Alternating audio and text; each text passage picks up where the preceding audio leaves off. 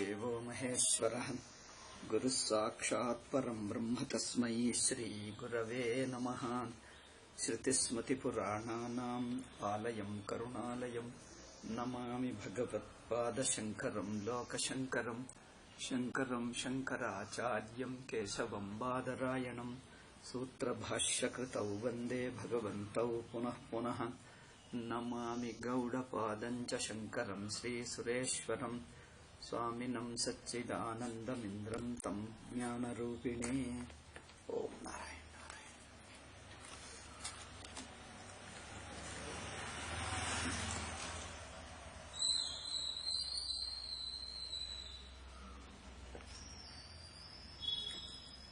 Okay,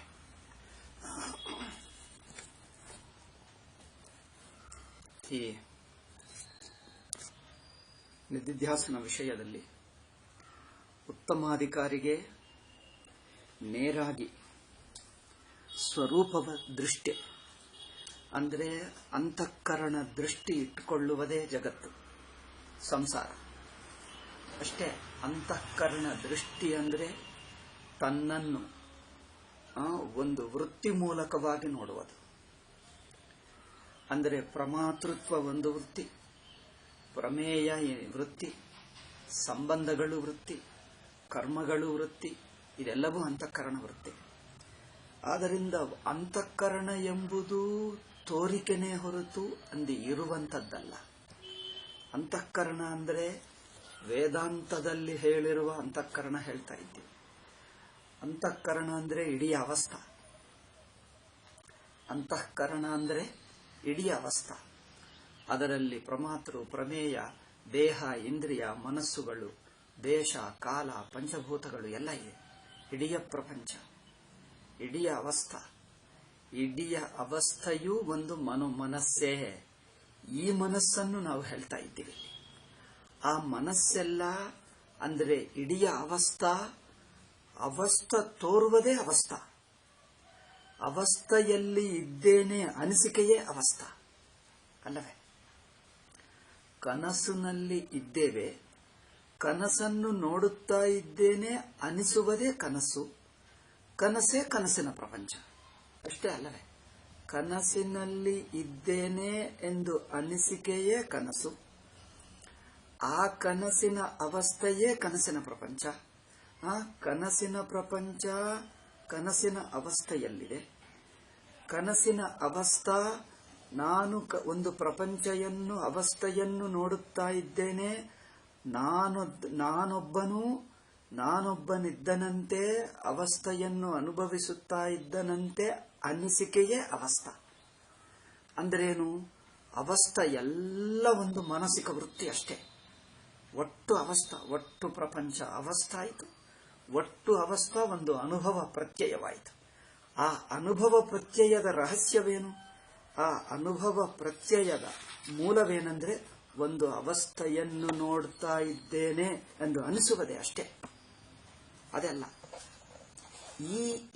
ಈ ಅವಸ್ಥೆ ಅಥವಾ ಈ ಮನಸ್ಸು, ಈ ವೃತ್ತಿ ಬಿಟ್ಟು ಹೋಗಬೇಕಂದ್ರೆ ಆ ಮನಸ್ಸಿನ ವೃತ್ತಿ ಅಂದರೆ ಒಂದು ತಿಳುವಳಿಕೆ, ಒಂದು ತಿಳಿಯುವುದು, ಒಂದು ನೋಡುವುದು, ಅವಸ್ಥೆಯನ್ನು ನೋಡುವುದು. ಮನಸ್ಸೆಂಬುದೇನು? ಥಿಂಕಿಂಗ್. ಇಂಗ್ಲಿಷ್ನಲ್ಲಿ ಚೆನ್ನಾಗಿ ಹೇಳ್ತಾರೆ. ಇಂಗ್ಲಿಷ್ನಲ್ಲಿ ಥಿಂಕಿಂಗ್ ಇಸ್ ಮೈಂಡ್ ಎಂದು ಹೇಳ್ತಾರೆ. So you think, there is a mind. You think, therefore you are a thinker, and there is a thinking, and there is a world. ಪ್ರಪಂಚ ಅಂದರೆ ವೆರಿ ಥಿಂಕಿಂಗ್. ನಾವು ಏನು ಮಾಡ್ತೀವಿ? ಥಿಂಕಿಂಗ್ ಎಲ್ಲ reverse ಮಾಡ್ತೀವಿ. Reverse ಅಂದ್ರೆ ಏನು? ಥಿಂಕಿಂಗ್ ಯೋಚನಾ ಯಾವ ಅರಿವಿನಲ್ಲಿ ಉಂಟಾಗ್ತಾ ಇದೆಯೋ ಅದು ಅರಿವಿನ ಇನ್ನೊಂದು ರೂಪವೇ ಥಿಂಕಿಂಗ್. ಅರಿವಿನ ಆಬ್ಸೆನ್ಸ್ ಹೇಳುತ್ತಾ ಇಲ್ಲ. ಥಿಂಕಿಂಗ್ ಅನ್ನ ಆಬ್ಸೆನ್ಸ್, ಯೋಚನವನ್ನು ನಿಲ್ಲಿಸು ಎಂದು ಹೇಳ್ತಾ ಇಲ್ಲ. ನೋಡಿ, ಯೋಚನವನ್ನು ನಿಲ್ಲಿಸುವುದು ಪತಂಜಲಿ ಯೋಗ ಆಗುತ್ತದೆ. ಯೋಚನವನ್ನು ನಿಲ್ಲಿಸುವುದು ಪತಂಜಲಿ ಯೋಗ ಆಗುತ್ತದೆ, ವೇದಾಂತ ಅಲ್ಲ. ಒಂದು ಪಾಯಿಂಟ್. ಇನ್ನೊಂದು, ಯೋಚನವನ್ನು ನಿಲ್ಲಿಸುವುದು ಅನದರ್ ಯೋಚನವೇ ಆಗುತ್ತದೆ. ನೋಡಿದ್ದೀರಾ? ಯೋಚನವನ್ನು ನಿಲ್ಲಿಸುವುದು ಅನದರ್ ಯೋಚನವೇ ಆಗಿದ್ದರೆ ಅದು ಮನಸ್ಸನ್ನು ಮಿಚ್ಚ ಮಾಡಲ್ಲ, ಮನಸ್ಸನ್ನು ಬ್ರಹ್ಮ ಎಂದು ತಿಳ್ಕೊಂಡುವಂತೆ ಮಾಡಲ್ಲ. ಯೋಚನವನ್ನು ಅಂತಃಕರಣವನ್ನು ಸುಮ್ಮನೆ ನಿಲ್ಲಿಸ್ತದೆ ಹೊರತು ಅಂತಃಕರಣವೇ ಚೈತನ್ಯ ಆತ್ಮ ಎಂದು ತಿಳಿಸಲ್ಲ. ಇಲ್ಲಿ ನಾವು ತಿಳ್ಕೊಳ್ತೀವಿ ಅಂತಃಕರಣ ಇಸ್ ಎ ಶೇಪ್ ಆಫ್ ಚೈತನ್ಯ ಆತ್ಮ. ಚೈತನ್ಯ ಆತ್ಮವೇ ಒಂದು ಬಗೆಯಾಗಿ ತೋರುವವನ್ನು ಅಂತಃಕರಣ ಅವಸ್ಥೆ ಹೇಳಿದ್ದೀವಿ. ಅವಸ್ಥೆ ಎಂಬುದು ಚೈತನ್ಯದ ಒಂದು ಬಗೆಯಾದ ತೋರಿಕೆ, ಒಂದು ಬಗೆಯಾದ ತೋರಿಕೆ. ಈ ಬಗೆಯಾದ ತೋರಿಕೆಯನ್ನು ಬಿಟ್ಟು ಇರುವ ಬಗೆಯನ್ನು ನೋಡ್ತಾ ಇದ್ದೀವಿ. ಚೈತನ್ಯವು ತೋರುವ ಬಗೆ ಅಂತಃಕರಣ ಅಥವಾ ಅವಸ್ಥೆ, ಚೈತನ್ಯದ ತೋರುವ ಬಗೆ ಅವಸ್ಥೆ, ಇರುವ ಬಗೆ ಚೈತನ್ಯ ಅಷ್ಟೇ. ಇರುವ ಬಗೆ ಚೈತನ್ಯ. ನಾವು ತೋರುವ ಬಗೆಯನ್ನು ಬಿಟ್ಟು ಇರುವ ಬಗೆಯಲ್ಲಿರುವುದು ಅಷ್ಟೇ. ವೇದಾಂತ ಮಾಡುವುದು it is A shifting vision, not stopping thinking. Patanjali yoga stops thinking. Stopping thinking is another thinking only. Because by will you are thinking and stopping thinking. ಅಷ್ಟೇ. ಅಂದರೆ ಥಾಟ್ಗಳನ್ನೆಲ್ಲ ಮೊದಲು ಅಕ್ಯುಮುಲೇಟ್ ಮಾಡ್ತಾರೆ. ಒಂದು ಥಾಟ್ನಲ್ಲಿ ಒಂದು ಥಾಟನ್ನು ಇನ್ನೊಂದಿನಲ್ಲಿ ಹೋಲ್ ಅಕ್ಯೂಬ್ ಮಾಡಿ ಬ್ರಾಡೆಸ್ಟ್ ಥಾಟ್ ಮಾಡಿ ಆ ಬ್ರಾಡೆಸ್ಟ್ ಅನ್ನು ಅಡಗಿಸುವುದು. ಅದಾಲ್ಸು ಅಡಗಿ ಬಿಟ್ಟರೆ ಆಲ್ ಥಾಟ್ಸ್ ಸ್ಟಾಪ್ ಆಗ್ತದೆ. ಇದು ಥಾಟ್ಗಳನ್ನು ಚಿತ್ತವೃತ್ತಿ ನಿರೋಧವೇ ಯೋಗ ಪದ್ಧತಿ. Here thinking is a way of looking. ಯೋಚನಾ ಪ್ರಪಂಚ ನಾನು ಎಂಬುದು ನನ್ನನ್ನು ಒಂದು ಬಗೆಯಾಗಿ ನೋಡಿಕೊಳ್ಳುವುದನ್ನು, ಒಂದು ಬಗೆಯಾಗಿ ತಿಳ್ಕೊಳ್ಳುವುದನ್ನು ವೃತ್ತಿ ಹೇಳಿದ್ದೇವೆ. So it is a understanding, it is a way of looking. ಈಗ way of looking, way of appearing ಬಿಡಿಸಿ ವೇ ಆಫ್ ಇರುವುದು. ನಾವು ದೃಷ್ಟಿಯನ್ನು ಬದಲಾಯಿಸಿ ಅರಿವನ್ನು ಅರಿವಾಗಿ ನೋಡ್ತಾ, ಅದು ಹೇಗಿದೆಯೋ ಹಾಗೇ ನೋಡ್ತಾ ಇದ್ದೀವಿ. ಅದು ಹೇಗಿದ್ದರೆ ಹಾಗೆ ಜಸ್ಟ್ ದೃಷ್ಟಿ ಇಡುವುದು ತಾನೇ ಕಂಡು ಬರ್ತದೆ. ಒಂದು ದೃಷ್ಟಿ ಸರಿಯಾಗಿಟ್ಟರೆ ತಾನು ಕಂಡು ಬರ್ತದೆ ಅಷ್ಟೇ. ಆದ್ದರಿಂದ ವೇದಾಂತವು ವಿಚಾರ ರೂಪ. ವೇದಾಂತವು ಯಾವ ವಿಚಾರ ರೂಪವೋ ನಿಧಿಧ್ಯಾಸನವೂ ವಿಚಾರ ರೂಪವೇ. ವಿಚಾರ ಅಂದರೆ ಗಮನ, ಅದನ್ನು ತಿಳಿಯುವುದು. ಉತ್ತಮಾಧಿಕಾರಿಗೆ ಮನಸ್ಸನ್ನು ಬೈ ರಿವರ್ಸಿಂಗ್ ಅಂದ್ರೆ ದೃಷ್ಟಿ ಅಂತರ್ ಮಾಡುವುದರಿಂದ, ಚೈತನ್ಯ ಕಡೆಗೆ ತಿರುಗಿಸುವುದರಿಂದ, ಆ ತಿರುಗಿಸುವುದರಲ್ಲೇ ಪ್ರಪಂಚ ಅವಸ್ಥೆಯೆಲ್ಲ ಬ್ರಹ್ಮ ಆಗಿಬಿಡುತ್ತದೆ, ಚೈತನ್ಯ ಆಗಿಬಿಡುತ್ತದೆ ಅಷ್ಟೇ. ಇದು ಉತ್ತಮಾಧಿಕಾರಿಗೆ. ಮಂದ ಮಾಧ್ಯಮಾಧಿಕಾರಿಗೂ ಅದೇ ಇರುತ್ತದೆ. ಆದರೆ ಆ ತಿರುಗಿಸುವುದಲ್ಲಿ ಮನಸ್ಸು ರೆಸಿಸ್ಟ್ ಮಾಡ್ತಾ ಇದೆ, ಮನಸ್ಸು ಪ್ರತಿಭಟನೆ ಮಾಡ್ತಾ ಇದೆ, ಮನಸ್ಸು ಬಗ್ಗುತ್ತಾ ಇಲ್ಲ, ತಿರುಗುತ್ತಾ ಇಲ್ಲ, ಸಹಾಯ ಮಾಡ್ತಾ ಇಲ್ಲ. ಮನಸ್ಸು ಎಕ್ಸ್ಪ್ಯಾಂಡ್ ಮಾಡಿದ್ದರೆ ಅಂದರೆ ಪ್ರಮಾತೃ ಪ್ರಮೇಯ ರೂಪ ಥಿಂಕಿಂಗ್ ಇಟ್ಕೊಂಡರೆ ಪ್ರಪಂಚವಾಗುತ್ತದೆ. ಪ್ರಮಾತೃ ಪ್ರಮೇಯ ರೂಪ ಯೋಚನವನ್ನು ಬಿಡಿಸಿ ಚೈತನ್ಯವಾಗಿ ನೋಡಿದ್ದರೆ ಪ್ರಮಾತೃ ಪ್ರಮೇಯ ವಿಂಗಡ ಹೋಗಿ ಚೈತನ್ಯ ಮಾತ್ರ ಉಳಿದು ಬಿಡುತ್ತದೆ ಅಷ್ಟೇ. ಇದು ಉತ್ತಮಾಧಿಕಾರಿ ಯಾವುದು ಮಾಡುತ್ತಾನೋ ಅದು ಮಧ್ಯಮಾಧಿಕಾರಿಗಳೇ ಮಾಡಬೇಕು. ಆದರೆ ಮನಸ್ಸಿನ ಸ್ವಲ್ಪ ಆಸಕ್ತಿಗಳು, ಅಭಿಮಾನಗಳು, ಏನೋ ಕೆಲವು ಮನೋದೋಷಗಳಿರುವುದರಿಂದ ಆ ಮನಸ್ಸನ್ನು ತಿರುಗಿಸುವುದಕ್ಕೆ, ತಿರುಗಿ ಅಂದ್ರೆ ಹೇಳಿದ್ದೀವಿ ನೋಡಿ, ಸ್ವಾಮೀಜಿ ಹೇಳಿದ್ದು, ಒಂದು ಹೋಟೆಲ್ನಲ್ಲಿ ಡೋರ್ ಅದು ಹೊರಗೆ ಬಾಗಿಲು ಹೀಗೆ ತೆಗೆಯುತ್ತದೆ, ಹೀಗೆ ಸೈಡ್ ತೆಗೆಯುತ್ತದೆ, ಎರಡು ಸೈಡು ತೆಗೆಯುತ್ತದೆ. ಅಂದ್ರೆ ಹೊರಗಿನಿಂದ ಒಳಗೆ ಹೋಗಬೇಕಾದ್ರೆ ಡೋರ್ ಅನ್ನು ತಳ್ಳುತ್ತಾ ಒಳಗೆ ಹೋಗಬೇಕು. ಅದು ಹೋಗಿ ನೀವು ಒಳಗೆ ಹೋಗಿಬಿಟ್ರೆ ಡೋರ್ ತಾನೇ ಇಂದಿಗೆ ಬರುತ್ತದೆ. ಮತ್ತೆ ಒಳಗಿನವರು ಹೊರಗೆ ಹೋಗಬೇಕಂದ್ರೆ ಇಲ್ಲಿ ತಳ್ಳಿಬಿಟ್ರೆ ಹೀಗೆ ಬರ್ತದೆ. ಅಂದ್ರೆ ಆ ಡೋರು ಒಳಗೆ ತೆಗೆಯುತ್ತದೆ, ಹೊರಗೆ ತೆಗೆಯುತ್ತದೆ. ನಾವು ಮಾಡಿರುವ ಬಾಗಿಲುಗಳು ಎರಡು ಸೈಡ್ ತೆಗೆಯಲ್ಲ, ಒಂದೇ ಸೈಡ್ ತೆಗೆಯುತ್ತೆ. ಸ್ವಾಮೀಜಿ ಹೇಳಿದರೆ ಎರಡು ಸೈಡ್. ಹಾಗೆ ಮನಸ್ಸನ್ನು ಆತ್ಮ ಕಡೆಗೆ ದೃಷ್ಟಿ ಇಟ್ಟರೆ ಮೈಂಡ್ ಡಿಸಪಿಯರ್ಸ್. ಮೈಂಡ್ ಡಿಸಪಿಯರ್ಸ್ ಅಂದ್ರೇನು? ಮನಸ್ಸು, ಅವಸ್ಥಾ, ಪ್ರಪಂಚ, ನಾನು ಎಂದು ಅನಿಸಿರುವ ಪ್ರಪಂಚವೆಲ್ಲ, ಅವಸ್ಥೆಯೆಲ್ಲ ಅದು ಚೈತನ್ಯವೇ ಎಂದು ಗೊತ್ತಾಗ್ತದೆ. ಚೈತನ್ಯಕ್ಕಿಂತ ಬೇರೆ ಅಲ್ಲ ಎಂಬುದು. ಇದು ನೇರಾಗಿ ಗಮನಿಸಿ ತಿಳ್ಕೊಳ್ಳುವುದು. ದೃಷ್ಟಿಯನ್ನು ಶಿಫ್ಟ್ ಮಾಡಿ ಆ ಶಿಫ್ಟ್ ನಿಂದಲೇ ಬ್ರಹ್ಮತ್ವ ಗುರುತಿಸಿ what we called as a world ನಾವಿಷ್ಟೊತ್ತು ಪ್ರಪಂಚ ಅವಸ್ಥಾ ಎಂದು ತಿಳ್ಕೊಂಡಿದ್ದು ಅದರ ನಿಜ ಸ್ವರೂಪದಲ್ಲಿ ಚೈತನ್ಯವೇ ಎಂದು ಸುಮ್ಮನೆ ತಿಳ್ಕೊಂಡುವುದೇ ಉತ್ತಮಾಧಿಕಾರಿ. ಮಧ್ಯಮಾಧಿಕಾರಿಗೆ ಏನಾಗುತ್ತದೆ, ಅದೇ ತಿಳ್ಕೊಳ್ಳುವುದು ಅಷ್ಟೇ, ಅವರು ಮಾಡಿದ್ದೇ ಮಾಡ್ತಾನೆ, ಆದರೆ ಮನಸ್ಸನ್ನು ಸಹಕರಿಸ್ತಾ ಇಲ್ಲ. ಸ್ವಲ್ಪ ಹಿಂದಿನ ಸಂಸ್ಕಾರಗಳಿವೆ, ಹಿಂದಿನ ಅಭ್ಯಾಸಗಳಿವೆ, ಸ್ವಲ್ಪ ಇಂಪಲ್ಸಿವ್ ನೇಚರ್ ಇದೆ. ಇಂಪಲ್ಸಿವ್ ಅಂದರೆ ಏನು? ಆವೇಶ ಸ್ವಭಾವ. ಪರಿಸ್ಥಿತಿಗಳಿಗೆ, ಘಟನೆಗಳಿಗೆ, ಅನುಭವಗಳಿಗೆ ಮನಸ್ಸು ಸ್ವಲ್ಪ ಹೆಚ್ಚಾಗಿ ರಿಯಾಕ್ಟ್ ಮಾಡ್ತಾ ಇದೆ, ಸ್ವಲ್ಪ ಸೀರಿಯಸ್ ಆಗಿ ತಗೊಳ್ತಾ ಇದೆ. ಆದ್ದರಿಂದ ಆ ರಿಯಾಕ್ಟಿಂಗ್ ನೇಚರ್ ಅನ್ನು ಸ್ವಲ್ಪ ಸಾಫ್ಟ್ಗೊಳಿಸಬೇಕು, ಜೆಂಟಲ್ಗೊಳಿಸಬೇಕು. ಆ ರಿಯಾಕ್ಟಿಂಗ್ ಸ್ವಭಾವ ಇದೆ ನೋಡಿ, ಆವೇಶವಾಗಿ ತಗೊಳ್ಳುವುದು, ಇಂಪಲ್ಸಿವ್ ಆಗಿ ರಿಯಾಕ್ಟ್ ಮಾಡುವುದಿದೆ ನೋಡಿ, ಆ ಇಂಪಲ್ಸಿವ್ ನೇಚರ್ ಅನ್ನು ಶಿಥಿಲಗೊಳಿಸುವುದು, ಅದನ್ನು ಲೈಟ್ ಮಾಡಬೇಕು. ಇಂಪಲ್ಸಿವ್ ಏಕೆ ಆಗ್ತಾ ಇದೆ? ಒಂದು ಸ್ವಭಾವ, ಒಂದು ವಸ್ತುಗಳನ್ನು ಸೀರಿಯಸ್ ಆಗಿ ತಗೊಳ್ತಾರೆ. ಅದೇಕೆ ಆಗಬೇಕು, ಇದೇಕೆ ಆಗಬೇಕು, ಹೀಗಾಗಬಾರದು, ಹೀಗೇ ಇರಬೇಕು, ಕೆಲವು ಆಗ್ರಹಗಳಿಂದ. ಇದು ಎರಡು ಸ್ವಭಾವಗಳಿರುತ್ತವೆ. ಒಂದೇನೆಂದರೆ ವೈಯಕ್ತಿಕವಾಗಿ ಕೆಲವು ರಿಯಾಕ್ಟ್ ಮಾಡುವುದು ಒಂದು ಸ್ವಭಾವ. ಸ್ವಲ್ಪ ಹೊತ್ತು ಧರ್ಮ ಬುದ್ಧಿಯೂ ಇರುತ್ತದೆ, ಡಿಸಿಪ್ಲಿನ್ ಬುದ್ಧಿ. ಡಿಸಿಪ್ಲಿನ್ ಆಲ್ಸೋ ಸ್ವಲ್ಪ ರಿಜಿಡ್ ಆಗಿಬಿಟ್ಟರೆ, ಸಮಾಜ ಹೀಗಿರಬೇಕು, ನಾವು ಹೀಗಿರಬೇಕು, ಸ್ಥಿತಿ ಹೀಗಿರಬೇಕು, ಹೀಗೆ ಇರಬೇಕು ಬೇಕು ಎಂಬ ಕೆಲವು ಐಡಿಯಲ್ಸ್ ಇರುತ್ತವೆ ನೋಡಿ.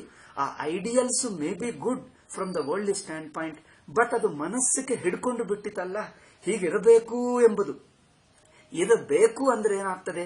ಐಡಿಯಲ್ ಕ್ಯಾಚಸ್ ಯುವರ್ ಮೈಂಡ್, ಮನಸ್ಸನ್ನು ಹಿಡ್ಕೊಂಡು ಬಿಡ್ತದೆ. ಆದರ್ಶ ಎಂಬುದು ಸಾಮಾಜಿಕ ದೃಷ್ಟ್ಯ, ಲೌಕಿಕ ದೃಷ್ಟ್ಯ ಒಳ್ಳೆಯದೇ ಆಗಿದ್ದರೂ ಅದು ಆಲ್ಸೋ ಮನಸ್ಸಾಗಿ ನಿಲ್ಲುವುದಕ್ಕೆ ಅದು ಹಿಡ್ಕೊಳ್ತದೆ. ಬಿಕಾಸ್ ಆದರ್ಶ ಅಂದರೆ ಲೌಕಿಕ ದೃಷ್ಟ್ಯ ಆದರ್ಶ, there is something and you try to follow. ಒಂದು ಆದರ್ಶ ಇರುತ್ತದೆ, ಅದನ್ನು ಆಚರಿಸುವುದಕ್ಕೆ ಪ್ರಯತ್ನ ಮಾಡ್ತಾ ಇದ್ದೀರಿ. ಆದರೆ ಆದರ್ಶ ಒಂದು, ನಾನಿದ್ದೇನೆ, ನನಗೆ ಆದರ್ಶ ನನಗಿಂತ ಬೇರೆ ಇದೆ, ಅದನ್ನು ಆಚರಿಸುವಕ್ಕೆ ಪ್ರಯತ್ನ ಮಾಡ್ತಾ ಇದ್ದೇನೆ. ಅಂದ್ರೆ ಆದರ್ಶ ಬೇರೆ, ನಾನಿಲ್ಲಿ, ಆದರ್ಶ ಅಲ್ಲಿ, ಅದಕ್ಕೆ ನನಗೆ ಒಂದು ಪ್ರಯತ್ನ. ಈ ಮೂರೆಂಬುದು ವಿಂಗಡವೇ ಮನಸ್ಸು. ಈಗ ಇದೇ ಅವಸ್ಥಾ, ಇದೇ ಅಂತಃಕರಣ. ಆದರ್ಶದಿಂದ ಏನಾಗುತ್ತದೆ? ಮನಸ್ಸಾಗಿ ನಿಲ್ಲುವ ಅವಕಾಶ ಹೆಚ್ಚಿದೆ. ಮನಸ್ಸಾಗಿ, ಪ್ರಪಂಚವಾಗಿ. ಏಕೆಂದರೆ ಆದರ್ಶಗಳು ರೀಟೇನ್ ದ ವರ್ಲ್ಡ್, ಪ್ರಪಂಚ ಬುದ್ಧಿ. ಪ್ರಪಂಚವಾಗಿ ಅವಸ್ಥಾ ಆಗಿ ನಿಲ್ಲುತ್ತದೆ. ನಾವಿಲ್ಲಿ ಪ್ರಪಂಚ ಅವಸ್ಥಾ ಎಲ್ಲ ಅನ್ವೈಂಡ್ ಮಾಡಿ ಚೈತನ್ಯವಾಗಿ ತರಂಗಗಳನ್ನೆಲ್ಲ, ಅಲೆಗಳನ್ನೆಲ್ಲ ನೀರಾಗಿ ನೋಡುವಕ್ಕೆ ಪ್ರಯತ್ನ ಮಾಡ್ತಾ ಇದ್ದೀವಿ. ನೀವು ಅಲೆಗಳ ಮೇಲೆ ಇಂಟ್ರೆಸ್ಟ್ ತಗೊಂಡು ಅಲೆ ಹಾಗಿರಬೇಕು, ಹೀಗಿರಬೇಕಂದ್ರೆ ದೃಷ್ಟಿ ಅಲೆ ಮೇಲೆ ನಿಂತಿರ್ತೀರಿ ಅಲ್ಲ, ಅಲೆಗಳಲ್ಲೇ ಮನಸ್ಸಿದ್ದು ಬಿಡ್ತದೆ. ಹಾಗೆ ಪ್ರಪಂಚದ ಒಳಗಿನ ಐಡಿಯಲ್ಸ್, ಕರೆಕ್ಷನ್ಸ್, ಇಂಪ್ರೂವ್ಮೆಂಟ್ಸ್ ಇದೆಲ್ಲ should not become an ideal for us. They just become a routine process, ತಾನ್ ನಡೆಯುತ್ತವೆ. ಬಟ್ ಅದು ನನ್ನ ಪರ್ಸನಲ್ ಐಡಿಯಲ್ ಆಗಬಾರದು. Okay, personality may be individual personality or a social personality. Social ಅಂದ್ರೆ ಏನು? ಜನರೇನು ಹೇಳ್ತಾರೆ, ಓ ನನಗೋಸ್ಕರ ಮಾಡ್ತಾ ಇಲ್ಲ, ಸಮಾಜ ಉದ್ಧಾರಣಕ್ಕೋಸ್ಕರ ಮಾಡ್ತಾ ಇದ್ದೀನಿ. ಸೊ ನಿಮ್ಮ ಇಂಡಿವಿಜುವಲ್ ಪರ್ಸನಾಲಿಟಿಯನ್ನು you gradually change it to social personality. ಅಂದ್ರೆ ಅರ್ಥವೇನು? ಸ್ಟಿಲ್ ಯು ರಿಟೇನ್ ಯುವರ್ ಜೀವತ್ವಂ ಇಸ್ ಎ ಸೋಷಲ್ ಪರ್ಸನಾಲಿಟಿ. ಅಂದ್ರೆ ಸಾಮಾಜಿಕ ವ್ಯಕ್ತಿತ್ವವಾಗಿಟ್ಕೊಳ್ತಾರೆ. ಕೆಲವರು ಸಾಮಾಜಿಕಕ್ಕೋಸ್ಕರ, ದೇಶಭಕ್ತರು, ಸಾಮಾಜಿಕ ಸಂಘ, ಸಾಮಾಜಿಕ ಸುಧಾರಕರು ಮುಂತಾದವರು ಸಮಾಜಕ್ಕೋಸ್ಕರ ಮಾಡುವವರಿಂದ ಏನಾಗುತ್ತದೆ? ಅದು ಸ್ಪಾಂಟೇನಿಯಸ್ ಆಗಿ ಮಾಡುವುದಾದರೆ ಮಾಡಲಿ. ಕೆಲವು ಇರುತ್ತದೆ ನೋಡಿ, ನಮ್ಮಲ್ಲಿ ಕೆಲವು ಸಹಜವಾದ ಗುಣಗಳಿರುತ್ತವೆ. ಸಹಜ ಅಂದ್ರೆ ಏನು? ಕಂಪ್ಯಾಷನ್ ಎನ್ನುವುದು ಸ್ಪಾಂಟೇನಿಯಸ್ ಗುಣ. ಅದನ್ನು ಒಂದು ಆದರ್ಶವಾಗಿಟ್ಟುಕೊಂಡು ಪ್ರಾಕ್ಟೀಸ್ ಮಾಡಬೇಕಾಗಿಲ್ಲ. ಬೇಬಿಯನ್ನು ನೋಡಿ, baby doesn't practise anything. Baby remains innocent. Baby ಮುಗ್ಧರಾಗಿರುತ್ತಾಳೆ. ಅಂಡ್ ದೆನ್ ಅವರಿಗೆ ಸಹಜವಾಗಿ ಯಾರಿಗೂ ತೊಂದರೆ ಆದರೆ ಅಯ್ಯೋ ಎಂದು ಹೇಳುತ್ತಾಳೆ. ಅಂದ್ರೆ ಬೇಬಿಯಲ್ಲಿ ಒಂದು ಸ್ವಾಭಾವಿಕತೆ ಇರುತ್ತದೆ. ಒಂದು ಆದರ್ಶವಾಗಿಟ್ಟುಕೊಂಡು ಒಂದು ಕೃತಕವಾಗಿ ಪ್ರಯತ್ನ ಮಾಡುತ್ತಿದ್ದು ಕಂಡು ಬರಲ್ಲ. Baby is not trying to act, not trying to make a show, it just remains spontaneous. ಹಾಗೆ ಆದರ್ಶಗಳಂದ್ರೆ ಕರುಣ ಆಗಿರುವುದು, ದಯೆ ಇರುವುದು, ಕಂಪ್ಯಾಷನ್ ಇರುವುದು, ಲೋಕಕ್ಕುಪಕಾರ ಮಾಡುವುದು, ಅದು ಸಹಜ ಸ್ವಭಾವವಾಗಿದ್ದರೆ ಅದೊಂದು ಆದರ್ಶ ಆಗದಿದ್ದರೆ ನಿಲ್ಲುತ್ತದೆ. ಓಕೆ, ಅದು ನಮಗೆ ಅಡ್ಡಿ ಮಾಡಲ್ಲ. Because it is not an attempt. ನಾವು ಆದರ್ಶವಾಗಿಟ್ಟುಕೊಂಡರೆ, ಆದರ್ಶ ಯಾರಿಗೆ? ನನಗೆ ಆದರ್ಶ, ನಾನು ಮಾಡಬೇಕಂದ್ರೆ ಅದು ಮೈಂಡ್ಗೆ ಒಂದು ಥಾಟ್ ಆಗಿದ್ದು ಬಿಡುತ್ತದೆ. ಅದರಲ್ಲಿ ಅಹಂ ಬುದ್ಧಿ ಪ್ರತ್ಯಯ ಸಿಕ್ಕಾಕೊಳ್ತದೆ. ಆದರ್ಶವು ಅಹಂ ಬುದ್ಧಿಗೆ ಆದರ್ಶ ಇರುತ್ತದೆ ಅಲ್ಲವೇ? ಅಹಂ ಪ್ರತ್ಯಯಕ್ಕೆ, ಜೀವಭಾವಕ್ಕೆ ಆದರ್ಶ ಇರುತ್ತದೆ. ಆದರ್ಶದಲ್ಲಿ ಬಿಕಮಿಂಗ್ ಇದೆ, sense of becoming. I want to become this, I want to remain like this, I want to see that the world should become like that. ಈ ಆದರ್ಶ ನಿನ್ನ ವೈಯಕ್ತಿಕ ಆದರ್ಶ ಆಗಬಹುದು, ಕುಟುಂಬದ ಆದರ್ಶ ಆಗಬಹುದು, ಸಮಾಜದ ಆದರ್ಶ ಆಗಬಹುದು. ಯಾವುದೇ ಆದರ್ಶ ನಮ್ಮ ಜೀವನಿಗೆ ಇದು ಆಗಬೇಕು, ಹೀಗಿರಬೇಕು ಎಂದು ಒಂದು ಬೇಕು ಎಂದಿಟ್ಟುಕೊಂಡರೆ ಅದೇ ನಮ್ಮನ್ನು ಹಿಡಿಸುತ್ತದೆ ಅಂದ್ರೆ ಹಿಡ್ಕೊಂಡು ಬಿಡುತ್ತದೆ. ಅದೇ ನಮ್ಮನ್ನು ಹಿಡ್ಕೊಂಡು ಬಿಡುತ್ತದೆ. ಪ್ರಮಾತೃತ್ವವನ್ನು, ಅಹಂ ಬುದ್ಧಿಯನ್ನು ಹಾಗೆ ಇರಿಸ್ತದೆ. ಅದು ಕರಗುವುದಕ್ಕೆ, ಅಹಂ ಬುದ್ಧಿಯನ್ನು ಕರಗುವುದಕ್ಕೆ ಬಿಡಲ್ಲ. ಅದು ಸಾಮಾನ್ಯ ಕರ್ಮಯೋಗ ಹಂತದಲ್ಲಿ ಸ್ವಲ್ಪ ಮಾಡುವುದು ಒಳ್ಳೆಯದೇ, ಸದ್ಗುಣಗಳನ್ನು ಕಲಿಯುವುದು. ಆದರೆ ನಿಧಿಧ್ಯಾಸನ ಹಂತದಲ್ಲಿ ಅವುಗಳು ಬೇಡ, ಬಿಕಮಿಂಗ್ ಬೇಡ. ಜಸ್ಟ್ ಏನಿದೆಯೋ ತಾನೇ ಇದೆ, nothing to become. Even social values ಆಗಲಿ, ಸಾಮಾಜಿಕ ಆದರ್ಶಗಳಾಗಲಿ, ವೈಯಕ್ತಿಕ ಆದರ್ಶಗಳಾಗಲಿ, ಸಮಾಜಕ್ಕೋಸ್ಕರ ಆಗಲಿ, ಯಾವುದೂ ಆದರ್ಶ ಬೇಡ. ಆಲ್ ಆದರ್ಶಗಳು ಮನಸ್ಸಿನಿಂದ ಬಿಡಬೇಕು. ಕೆಲವು ಮನಸ್ಸಿನಲ್ಲಿ ಸಹಜವಾದ ಗುಣಗಳಾಗಿ, ಸ್ಪಾಂಟೇನಿಯಸ್ ಗುಣಗಳಾಗಿ ಕರುಣ, ದಯೆ, ಪ್ರೀತಿ ಇರುತ್ತದೆ. ಅವುಗಳು ಪ್ರಯತ್ನಪೂರ್ವಕ ಮಾಡುವ ಆದರ್ಶಗಳಲ್ಲ. ಪ್ರೇಮ ಎಂಬುದು ಆದರ್ಶ ಅಲ್ಲ, ಅದು ಸಹಜ ಗುಣ, ಸಹಜ ಸ್ವಭಾವ. ಆತ್ಮ ಸ್ವಭಾವವೇ ಪ್ರೇಮ. ಏಕೆ? ಆತ್ಮ ಸರ್ವವ್ಯಾಪಕವಾಗುವುದರಿಂದ ಎಲ್ಲರನ್ನೂ ತನ್ನಲ್ಲಿ ಒಳಗೊಂಡುತ್ತದೆ. ಅದು ಆತ್ಮ ಸ್ವಭಾವ, ಅದು ಪ್ರಯತ್ನ ಅಲ್ಲ. ಕಂಪ್ಯಾಷನ್, ದಯೆ, ಕರುಣ, ಕ್ಷಮ ಆತ್ಮ ಸ್ವಭಾವ. ಯಾವುದು ಸ್ವಾಭಾವಿಕವೋ ಅದು ಆದರ್ಶವಾಗಲ್ಲ. ಆದರ್ಶ ಮಾಡಿಕೊಳ್ಳಬೇಕಾಗಿಲ್ಲ. ನೀವು ಚೈತನ್ಯ ಆತ್ಮ ಅನುಸಂಧಾನ ಮಾಡಿ ನಾಮರೂಪಗಳೆಲ್ಲ ಬ್ರಹ್ಮ ಎಂದು ಬಿಡಿ, ಅಷ್ಟೇ. ಅವೇ ವ್ಯವಹಾರಿಕ ಗುಣಗಳು. ಲೋಕದೃಷ್ಟ್ಯ ಕೆಲವು ಗುಣಗಳಾಗಿ ಕಂಡು ಬಂದರೆ ಕಂಡು ಬರಬಹುದು, ಅದು ನಿಮಗೆ ಅದು ಆದರ್ಶ ಅಲ್ಲ. ಬಾಹ್ಯ ದೃಷ್ಟ್ಯ, ಇನ್ನೊಬ್ಬರ ದೃಷ್ಟಿಗೆ ನಿಮ್ಮಲ್ಲಿ ಕೆಲವು ದಯಾಗುಣಗಳು, ಸಹಜವಾದ ಗುಣಗಳು ಕಂಡು ಬರಬಹುದು ಇನ್ನೊಬ್ಬರ ದೃಷ್ಟಿಗೆ, ದಯಾ, ಪ್ರೇಮ, ಕ್ಷಮ ಎಂದು. ಆದರೆ ಇದಕ್ಕೆ ಅದು ಆದರ್ಶ ಅಲ್ಲ, ಈಸ್ ನಾಟ್ ಡೂಯಿಂಗ್ ಅಲ್ಲ. ಹೇಗೆ ಏನದು, ಸೂರ್ಯನು ಬೆಳಗುತ್ತಾ ಇದ್ದರೆ, ಬೆಂಕಿ ಬಿಸಿಯಾಗಿದ್ದರೆ ಅದು ಒಂದು ಆದರ್ಶ ಅಲ್ಲ, ಅದೊಂದು ಪ್ರಯತ್ನ ಅಲ್ಲ ಅಲ್ಲವೇ? ಆದರ್ಶ ಅಲ್ಲ, ಪ್ರಯತ್ನ ಅಲ್ಲ, ಹೀಗಿರಬೇಕು ಎಂದು ಇಟ್ಟುಕೊಂಡಿದ್ದಲ್ಲ. ಬೆಂಕಿಗೆ ಬಿಸಿಯಾಗಿರು ಅಂದ್ರೆ ಒಂದು ಇರಬೇಕಾ? ಅದು ಇದ್ದದ್ದು ಏನು ತಾನೇ ಇದೆ. ನೀವೇನು ಆದರ್ಶ ಮಾಡಿಕೊಳ್ಳಬೇಕಾಗಿಲ್ಲ. ಇರಬೇಕಾ ಅಲ್ಲವಾ ಯೋಚನೆ ಏನಿಲ್ಲ, ತಾನೇ ಇದೆ ಅಷ್ಟೇ. ನೀವು ಬೇಡ ಎಂದರೂ ಇರುತ್ತದೆ ಅಷ್ಟೇ, ತಾನು. ಯಾವುದು ತಾನಿದೆಯೋ ಅದು ಬಿಡಿ. ಯೋಚನಾ ಒಂದು ಆದರ್ಶ, ಒಂದು ಪ್ರಯತ್ನ ಆದರ್ಶ ಮೇಕ್ಸ್ ಎ ಬಿಕಮಿಂಗ್ ಅಂದ್ರೆ ಅದು ಕರ್ಮ ಆಗುತ್ತದೆ, ಅದು ಜ್ಞಾನವಾಗಲ್ಲ, ಅದು ಸ್ವತಃ ಸಿದ್ಧ ಆಗಲ್ಲ. ಆದ್ದರಿಂದ ಮಂದ ಮಧ್ಯಮಾಧಿಕಾರಿ ಏನು ಮಾಡಬೇಕಂದ್ರೆ, ಮನಸ್ಸಿನಲ್ಲಿರುವ ಆಲ್ ರಿಯಾಕ್ಷನ್ಸ್ ಆರ್ ಆರ್ಟಿಫಿಷಿಯಲ್, ಕೃತಕ. ಅದು ಮನುಷ್ಯನನ್ನು ಕರ್ತ ಮಾಡಿಬಿಡ್ತದೆ. ಆಲ್ ರಿಯಾಕ್ಷನ್ಸ್ ತೆಗೆಯಬೇಕು. ಸ್ಪಾಂಟೇನಿಯಸ್ ಇರುವುದೇ ರಿಯಾಕ್ಷನ್ಸ್ ಅಂದ್ರೆ ಹೇಳಿದ್ದೀವಲ್ಲ, ಒಂದು ಆವೇಶ ರೂಪ. ನಮ್ಮ ಪ್ರತಿಕ್ರಿಯೆಗಳು, ಕರ್ಮಗಳಲ್ಲಿ ನಮ್ಮ ಪ್ರತಿಕ್ರಿಯೆಗಳು ಅಂದ್ರೆ ಒಂದು ಒತ್ತಡೆಯಿಂದ ನೀವು ಮಾಡುವುದು ಪ್ರಯತ್ನ ಆಗುತ್ತದೆ. ಅಂದ್ರೆ ಏನು? ನಾನಿದು ತಿಳ್ಕೊಳ್ಳಬೇಕು. ಏಕೆ? ಯಾರೋ ಒಬ್ಬರು ತಪ್ಪು ಹೇಳಿದ್ದಾರೆ, ನಾನು ಅವರನ್ನು ಸೋಲಿಸಬೇಕು, ಅವರು ತಪ್ಪು ಮಾಡಿದ್ದಾರೆ.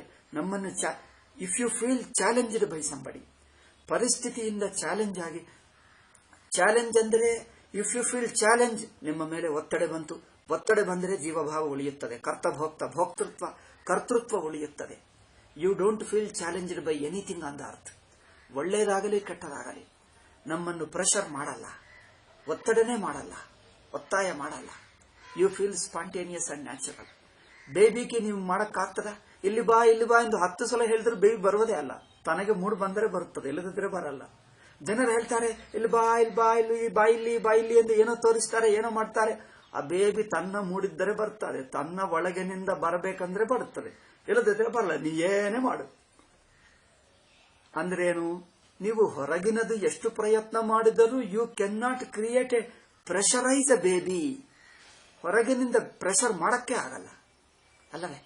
ಸುಮ್ಮನೆ ಉದಾಹರಣೆ ಹೇಳ್ತಾ ಇದ್ದೀನಿ. ಹಾಗೆ ಹೊರಗಿನ ಪರಿಸ್ಥಿತಿಗಳು ಒಳ್ಳೆಯದಾಗಲಿ ಕೆಟ್ಟದಾಗಲಿ ಹೀಗೆ ಆಗಬೇಕು ಎಂಬ ಆದರ್ಶವೂ ನಮಗೆ ಒಂದು ಪ್ರೆಷರ್ ಆಗಬಾರದು. ಅಲ್ಲವೇ? ಆದರ್ಶವು ನಮಗೆ ಒತ್ತಾಯ ಆಗಬಾರದು. ಅಂದ್ರೆ ಅವರು ಸದ್ಗುಣಗಳಿರುತ್ತವೆ, ದಯಾ ಪ್ರೀತಿ ಕ್ಷಮ ತೋರಿಸ್ತಾನೆ, ಬಟ್ ಅದು ಆದರ್ಶವಾಗಿ ತೋರಲ್ಲ. ತಾನೇ ನಡೆಯುತ್ತಾ ಇದೆ. ಏಕೆ? ನೀರು ಹರಿಯುತ್ತಾ ಇದೆ, ಸೂರ್ಯನ ಬೆಳಗುತ್ತಾ ಇದ್ದಾನೆ, ಬೆಂಕಿ ಬಿಸಿಯಾಗಿದೆ, ತಾನೇ ಆಗಿದೆ. ಅದೊಂದು ಆದರ್ಶ ಅಲ್ಲ, ಅದೊಂದು ಪ್ರಯಾಸ ಅಲ್ಲ, ಅದೊಂದು ಪ್ರೆಷರ್ ಅಲ್ಲ, ಡ್ಯೂ ಟು ಪ್ರೆಷರ್ ಮಾಡುವ ಪ್ರಯತ್ನ ಅಲ್ಲ. ದೇರ್ ಫೋರ್ ಜ್ಞಾನಿ ಗಿವ್ಸ್ ಅಪ್. ನಿಧಿಧ್ಯಾಸನದಲ್ಲಿ ಪ್ರಯತ್ನ ಶೈಥಿಲ್ಯಂ, ರಿಲ್ಯಾಕ್ಸಿಂಗ್ ಎಂದು ಹೇಳುತ್ತೀವಿ ನೋಡಿ ಇಂಗ್ಲಿಷ್ನಲ್ಲಿ. ಕರ್ಮ ಈಸ್ ಎಫರ್ಟ್. ಕರ್ಮ ಅಂದರೆ ಏನು? ಪ್ರಯತ್ನ. ಮತ್ತೆ ನಿಧಿಧ್ಯಾಸನದಲ್ಲಿ ಏನಾಗುತ್ತದೆ? ಪ್ರಯತ್ನ ಬಿಡಿಸುವುದು ಅಂದರೇನು? ರಿಲ್ಯಾಕ್ಸ್ ಮಾಡುವುದು. ರಿಲ್ಯಾಕ್ಸ್ ಮಾಡುವುದೆಂದರೇನು? ಪ್ರಯತ್ನಕ್ಕೆ ರಿವರ್ಸ್ ಮಾಡ್ತೀವಿ. ಪ್ರಯತ್ನದಲ್ಲಿ ಒತ್ತಡ ಇದೆ, ಒತ್ತಡದಿಂದ ಒಂದು ವಿಲ್ ಇದೆ, ವಿಲ್ ಈಸ್ ಫಂಕ್ಷನಿಂಗ್, ಒತ್ತಡ ನಡೆಯುತ್ತಾ ಇದೆ, ಪ್ರೆಷರ್ನಿಂದ ಒಂದು ಕೆಲಸ ಮಾಡ್ತಾ ಇದ್ದೀವಿ, ಇದು ಪ್ರಯತ್ನ. ಪ್ರಯತ್ನಕ್ಕೆ ಏನ್ ಮಾಡ್ತಾ ಇದ್ದೀವಿ? ರಿಲ್ಯಾಕ್ಸಿಂಗ್. ಪ್ರಯತ್ನ ಶೈಥಿಲ್ಯ ಅಂದ್ರೆ you are relaxing, you don't feel the pressure. ಅದು ಪ್ರಯತ್ನನೂ ಅನಿಸ್ತಾ ಇಲ್ಲ, ಯು ಆರ್ ಜಸ್ಟ್ ರಿಮೈನಿಂಗ್. ತಾನೇ ಇದೆ ಅಂದರೆ ಪ್ರಪಂಚ ಪದಾರ್ಥಗಳು ನಮ್ಮ ಮೇಲೆ ಒಂದು ಪ್ರೆಷರ್ ಮಾಡಲ್ಲ, ಚಾಲೆಂಜ್ ಮಾಡಲ್ಲ. ಶಂಕರರು ಚೆನ್ನಾಗಿ ಹೇಳ್ತಾರೆ, ಅದು ಜನರು ಅರ್ಥ ಮಾಡಿಕೊಂಡರೋ ಅಲ್ಲವ. ಶಂಕರ ಭಾಷ್ಯದಲ್ಲಿ ಕರ್ತವ್ಯ ಕರ್ಮ ಎಂದು ಹೇಳ್ತಾರೆ. ಜ್ಞಾನಿಗೆ ಕರ್ತವ್ಯವಿಲ್ಲ. ಕರ್ತವ್ಯ ಅಂದ್ರೆ ಗೊತ್ತಾ? ನಾನು ಮಾಡತಕ್ಕದ್ದು, ನಾನು ಮಾಡಬೇಕು. See you feel. ಯಾವುದೋ ಒಂದು ನೋಡಿದ್ದರೆ ನೋಡಿ, ಒಂದು ವಸ್ತುವಿದೆ, ವಸ್ತು ನೋಡಿದ್ದರೆ ಅಯ್ಯೋ ಅದು ಹಾಳಾಗ್ತದೆ, ನಾನು ಚೆನ್ನಾಗಿಟ್ಕೊಳ್ಳಬೇಕು, ಅದನ್ನು ನಾನು ನೋಡಬೇಕು. ನಿಮಗೆ ಒಂದು ಉದಾಹರಣೆ ಹೇಳ್ತೀನಿ ನೋಡಿ. ಏನು ಉದಾಹರಣೆ? ನೀವು ಇನ್ನೊಬ್ಬರ ಮನೆಗೆ ಹೋಗ್ತೀರಿ, ಒಂದೇನೋ ಅರ್ಧ ಗಂಟೆ ಕೂತ್ಕೊಂಡು ಬರ್ತೀರಿ. ಅವರ ಫರ್ನಿಚರು, ಅವರ ಮನೆಯಲ್ಲಿ ವಸ್ತುಗಳು, ಕೆಲಸಗಾರರು, ಮಕ್ಕಳು, ಯಾರನ್ನು ನೋಡಿದ್ದರೆ ನಿಮಗೆ ಏನನ್ಸುತ್ತದೆ? ಅದೇ ಹೋಲಿಸಿಕೊಂಡು ನಿಮ್ಮ ಮನೆಯಲ್ಲಿರುವಾಗ ಅಲ್ಲಿರುವ ವಸ್ತುಗಳು ಕಂಡು ಬರ್ತವೆ. ನೋಡಿದ್ದರೆ ನಿಮ್ಗೆ ಏನು ಅನ್ಸುತ್ತದೆ? ಅಯ್ಯೋ ಆ ಕುರ್ಚಿ ಯಾರೋ ಏನೋ ಇಡಬೇಕು ಹೋದ್ರೆ, ಹಾಗೆ ಮಾಡಬೇಡ, ಕುರ್ಚಿ ಹಾಳಾಗ್ತದೆ, ಕೆಳಗಿಡು, ಅದ್ರ ಮೇಲೆ ಇಡಬೇಡ, ಅದು ಬಿಸಿಡಪ್ಪ, ಅದು ಮರದ ಕುರ್ಚಿ, ಅದು ಹಾಳಾಗ್ತದೆ ಅಂತ ಹೇಳ್ತೀವಿ. ಇನ್ನೊಬ್ಬರು ಏನೋ ಮಾಡಬೇಕು ಹೋದ್ರೆ ಅದು ಹಾಳಾಗ್ತದೆ. ಅಂದ್ರೆ ಪ್ರತಿಯೊಂದು ವಸ್ತು ಕುರಿತು ನಿಮಗೊಂದು ಜವಾಬ್ದಾರಿ ಫೀಲ್ ಆಗ್ತದೆ. ಅಯ್ಯೋ ಆ ಕುರ್ಚಿ ರಕ್ಷಿಸಿಕೊಳ್ಳಬೇಕು, ಇದು ಹಾಳಾಗಬಾರದು, ಅಯ್ಯೋ ಇದು ಕೊಳೆ ಆಯ್ತು, ಕ್ಲೀನ್ ಮಾಡಬೇಕು, ಅವರು ಬರ್ತಾರಂತೆ, ಇದು ಸರಿಯಾಗಿ ಇಡಬೇಕು, ಅವ್ರು ಬರ್ತಾರೆ, ಇದು ವಸ್ತು ನಾನು ರೆಡಿ ಇಡಬೇಕು, ಅವ್ರಿಗೋಸ್ಕರ ನಾನೇ. ಅಂದ್ರೆ ಪ್ರತಿಯೊಂದು ವಸ್ತು ನೋಡಿದರೆ ಸಾಕು ನಮಗೊಂದು ಕರ್ತವ್ಯತೆ ಬರುತ್ತೆ. ನಾನೀಗ ಮಾಡಬೇಕು, ನಾನು ಇದನ್ನು ನೋಡಬೇಕು, ನಾನು ಇದು ಮಾಡಬೇಕು, ನಾನು ಇದನ್ನು ನೋಡಬೇಕು. ಅಂದ್ರೆ ಪ್ರತಿಯೊಂದು ವಸ್ತುವು ನನ್ನದು ಎಂದಿಟ್ಕೊಂಡರೆ ನಾನು ಅದನ್ನು ಸರಿಯಾಗಿ ನೋಡಬೇಕು, ನೋಡ್ಕೊಳ್ಳಬೇಕು. ಅಂದ್ರೆ ಒಂದು ಜವಾಬ್ದಾರಿ ಬುದ್ಧಿ ಬರುತ್ತದೆ, ಅಂದ್ರೆ ರೆಸ್ಪಾನ್ಸಿಬಿಲಿಟಿ, ಒಂದು ಕರ್ತವ್ಯ ಬುದ್ಧಿ ಬರುತ್ತದೆ. ಒಂದು ಮಗು ಇರುತ್ತಾನೆ, ಮಗು ಅಲ್ಲೆಲ್ಲ ಹೋಗ್ತಾ ಇದ್ದಾನೆ, ನೋಡು ನಾನು ನೋಡಬೇಕು ಅಂತ.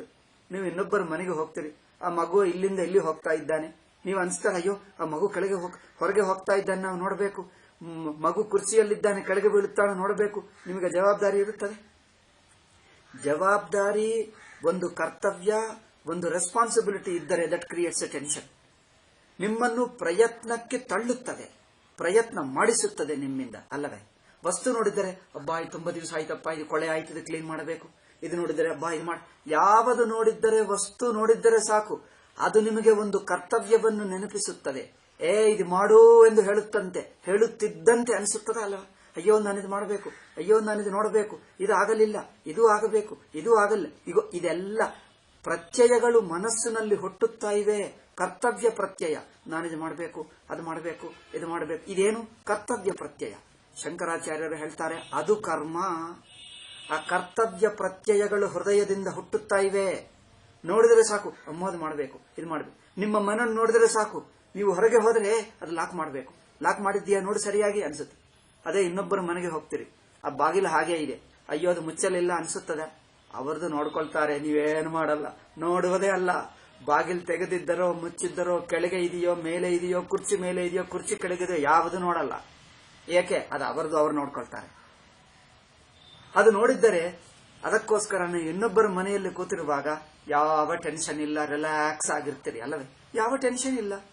ಎಲ್ಲ ಅವ್ರು ನೋಡ್ತಾರ, ಆಹಾ ಕುರ್ಚಿ ಎಷ್ಟು ಚೆನ್ನಾಗಿದೆ, ಗೋಡೆ ಮೇಲೆ ಪಿಕ್ಚರ್ ಚೆನ್ನಾಗಿದೆ, ಆಹಾ ಈ ಕರ್ಟೆನ್ ಚೆನ್ನಾಗಿದೆ, ಇನ್ನು ಏನೇನೋ ಹೇಳ್ತಾರೆ. ಅವ್ರ ಮನೆಯನ್ನು ನೆನಪಾಗ್ತಾ ಇಲ್ಲ. ತುಂಬಾ ವಸ್ತುಗಳು ಇರುತ್ತವೆ ಅಲ್ಲಿ, ಏನೇನೋ ಇರುತ್ತವೆ. ಇದು ಸೋಫಾ ಹೇಳ್ತಾರ, ಸೋಫಾ ಚೆನ್ನಾಗಿದೆ, ಇನ್ನೇನಿರುತ್ತದೆ, ಏನೋ ಇರುತ್ತವೆ, ನನಗೆ ನೆನಪಿಲ್ಲ. ಅಂದ್ರೆ ಯಾವುದು ನೋಡಿದ್ದರೂ ಆಹಾ ಚೆನ್ನಾಗಿದೆ ಚೆನ್ನಾಗಿದೆ ಎಲ್ಲ ನೋಡ್ತಾರೆ ಬರ್ತಾರೆ. ಯಾವುದು ನೋಡಿದ್ದರೂ ನಿಮ್ಮ ಮೇಲೆ ಒಂದು ಪ್ರೆಷರ್ ಹಾಕಲ್ಲ. ಅಂದ್ರೆ ಏನು ಪ್ರೆಷರ್ ಹಾಕುವುದೆಂದ್ರೆ ಏನು? ಅದು ನನ್ನದು ಎಂದಿಟ್ಕೊಂಡ್ರೆ ಸಾಕು, ನಾನ್ ನೋಡ್ಕೊಳ್ಳಬೇಕು, ಅಮ್ಮೋದು ಹಾಳಾಗ್ತದೆ, ಅದು ಹಾಗಿರ್ಬೇಕು ಹೀಗಿರಬೇಕು, ಇರಬೇಕು ಎನ್ನುವುದು ಒಂದು ಪ್ರೆಷರ್ ಮಾಡ್ತದೆ. ಇದೇ ಜವಾಬ್ದಾರಿ, ಇದೇ ಕರ್ತವ್ಯತ, ಇದೇ ಜೀವನಿಗೆ ಕರ್ಮ ಆಗಿಬಿಡ್ತದೆ ಅಲ್ಲವೇ? ನೀವು ಗಮನಿಸಿ ಸೂಕ್ಷ್ಮವಾಗಿ.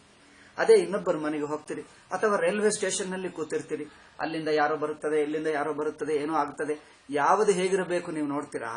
ಏನೋ ಇರುತ್ತದೆ, ಒಬ್ಬರು ಹೋಗ್ತಾರೆ ಒಬ್ಬರು ಬರ್ತಾರೆ, ಏನೋ ಆಗ್ತದೆ, ಯಾವುದು ನೋಡಲ್ಲ, ಅದು ನಮ್ಮ ಜವಾಬ್ದಾರಿ ಅಲ್ಲ. ರೈಲು ಹತ್ತಿರ್ತೀರಿ, ಏನೋ ಆಗುತ್ತದೆ, ಅವರೆಲ್ಲ ಅವ್ರ ಪಾಡಿಗೆ ಅವ್ರು ನೋಡ್ಕೊಳ್ತಾರೆ ಅಲ್ಲವೇ? ನಿಮ್ಮ ಲಗೇಜ್ ಹತ್ತಿ ಅಲ್ಲಿ ಎಡ್ತೀರಿ ಕೂತಿದ್ರಿ, ಇನ್ನೊಬ್ಬರು ಲಗೇಜ್ ಅಲ್ಲಿ ಇಟ್ಕೊಂಡ್ರು, ಅವ್ರು ನೋಡ್ಕೊಳ್ತಾರೆ, ನೀವೇನ್ ಮಾಡಲ್ಲ.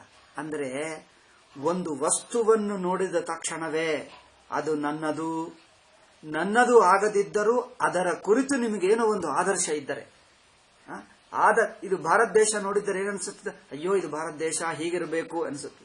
ಇನ್ನೊಂದು ದೇಶ ನೋಡಿದ್ದರೆ ಅವರ ಪಾಡಿಗೆ ಅವರು ಹೇಗಿರುತ್ತಾರೆ ಇರುತ್ತಾರೆ, ನಾವು ಯಾರು? ನಮ್ಗೆ ಏನು ಒಂದು ಅದು ಹಾಗಿರಬೇಕು ಹೀಗಿರಬೇಕು ಒಂದು ಆದರ್ಶ ಇಲ್ಲ, ಒಂದು ಆಸಕ್ತಿ ಇಲ್ಲ, ಒಂದು ಆಸೆ ಇಲ್ಲ ಅಲ್ಲವೇ? ಅಂದರೆ ಯಾವುದೇ ಒಂದು ಕರ್ತವ್ಯದ ಒತ್ತಡ ಇಲ್ಲವೋ ಮನಸ್ಸು ರಿಲ್ಯಾಕ್ಸ್ ಆಗುತ್ತದೆ. ಇದನ್ನೇ ಪ್ರಯತ್ನ ಶೈಥಿಲ್ಯಂ, ಪ್ರಯತ್ನವು ಶಿಥಿಲವಾಗಿ ಬಿಡುತ್ತದೆ. ಏಕೆ? ಮಾಡಬೇಕಾಗಿದ್ದು ಏನೂ ಇಲ್ಲ. ಆದ್ದರಿಂದ ಪ್ರಪಂಚವು ನಾಮರೂಪಗಳು, ದೇಶಕಾಲಗಳು, ಇಡೀ ಬ್ರಹ್ಮಾಂಡ ಎಂಬುದು ಒಂದು ಚಕ್ರ ತಾನೇ ನಡೆಯುತ್ತದೆ. ಇದಕ್ಕೆ ಪ್ರಾಕೃತಿಕ ಶಕ್ತಿಗಳಿವೆ. ನೀರು ಹೇಗೆ ತಾನೇ ಹರಿಯುತ್ತದೆ. ಅಯ್ಯೋ ನೀರನ್ನು ನಾನು ಹರಿಸಬೇಕು ಎನ್ನುವುದು ನಿಮಗೆ ಅನಿಸುತ್ತದೆ? ಅಯ್ಯೋ ಗಾಳಿ ಪಾಪ ಅದು ತಿರುಗುತ್ತಾನೆ ಇಲ್ಲ, ನಾನು ಅದನ್ನು ಗಾಳಿಯನ್ನು ಬೀಸಬೇಕು ಎಂದು.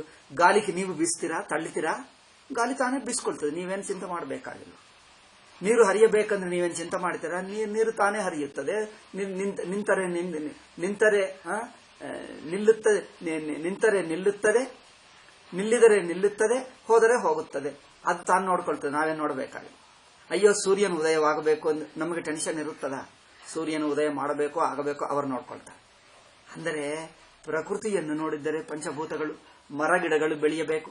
ನೀವೇ ಒಂದು ಬೀಜ ನೆಟ್ಟು ಬೆಳೆಸುತ್ತಾ ಇದ್ದರೆ ನಿಮ್ಮ ಪಾರ್ಕ್ನಲ್ಲಿ ಮನೆಯಲ್ಲಿ ಅಯ್ಯೋ ಅದು ಬೆಳೆಯಬೇಕು, ಅದಕ್ಕೆ ನೀರು ಹಾಕಬೇಕು, ಅಯ್ಯೋ ಇದು ಬೆಳೆಯಲೇ ಇಲ್ಲ, ಹೂ ಬಿಟ್ಟಿಲ್ಲ, ಯೋಚನೆ. ಕಾಡಿನಲ್ಲಿ ಒಂದು ಮರ ನೋಡಿದ್ದರೆ ಯಾವುದು ಬೆಳೆಯಬೇಕು, ಹೇಗೆ ಬೆಳೆಯಬೇಕು ಯೋಚನೆ ಇರುತ್ತದೆ. ಅದು ಹೇಗಿದ್ದರೆ ಹಾಗೆ ಸರಿಯಾಗೇ ಇದೆ, ಹೇಗಿದ್ದರೂ ಸರಿಯಾಗೇ ಇದೆ. ಅದರ ಕುರಿತು ನಮಗೆ ಒಂದು ಜವಾಬ್ದಾರಿ, ಒಂದು ಟೆನ್ಷನು, ಒಂದು ಕರ್ತವ್ಯ, ಒಂದು ಮಾಡಬೇಕು ಎಂಬ ಬುದ್ಧಿ ಹುಟ್ಟಲ್ಲ. ನೋಡಿ, ಇದು ನಾನು ಮಾಡಬೇಕೆಂಬ ಥಾಟೆ ಹುಟ್ಟಲ್ಲ. ಹುಟ್ಟಿದರೂ ಅದು ಅಪ್ರಯತ್ನವಾಗಿ ತಾನು ಹುಟ್ಟಿದ್ದಂತೆ ಅನಿಸುತ್ತದೆ. ತಾನೇ ಒಂದು ಹುಟ್ಟುತ್ತದೆ, ತಾನೇ ಇಂಪ್ಲಿಮೆಂಟ್ ಆಗುತ್ತದೆ, ತಾನೇ ಹೋಗುತ್ತದೆ. ನಾನು ಮಾಡ್ತಾ ಇದ್ದೇನೆ ಅನಿಸುವುದೇ ಅಲ್ಲ. ನೋಡಿ, ಹಾಗೆ ಅದು ಶೈಥಿಲ್ಯ, ಪ್ರಯತ್ನ ಶೈಥಿಲ್ಯ. ಇದು ಕೆಲವು ರಿಯಾಕ್ಷನ್ಸ್ ಮಾಡ್ತೀವಿ. ಅಯ್ಯೋ ಕರ್ತವ್ಯಗಳನ್ನು ಟೆನ್ಷನ್ ಆಗಿ ತಗೊಳ್ಳಬೇಡ. ಆ ಸಂದರ್ಭ ಬಂದಾಗ ನೀವು ಉದಾಹರಣೆಗೆ ನೋಡಿ, ಇನ್ನೊಂದು ಲೌಕಿಕ ಉದಾಹರಣೆ ಅತ್ಯಂತ ಕಾಮನ್ ಹೇಳ್ತೀನಿ. ನಾವು ಪ್ರತಿನಿತ್ಯ ನೀವು ಬೆಳಗ್ಗೆ ಹೇಳ್ತೀರಿ, ಹಲ್ಲು ಉಜ್ಜಿತೀರಿ, ಸ್ನಾನ ಮಾಡ್ತೀರಿ, ಕಾಫಿ ಕುಡಿಯುತ್ತೀರಿ. ಇದನ್ನು ಇವತ್ತೇ ನಾನು ಬೆಳಗ್ಗೆ ಹೇಳಬೇಕು, ನಾನು ಹಲ್ಲು ಉಜ್ಜಬೇಕು, ನಾನು ಮತ್ತೆ ಕಾಫಿ ಕುಡಿಯಬೇಕು ಎಂದು ಒಂದು ಪ್ಲಾನ್ ಆಗಿ ಇಟ್ಕೊಳ್ತೀರಾ?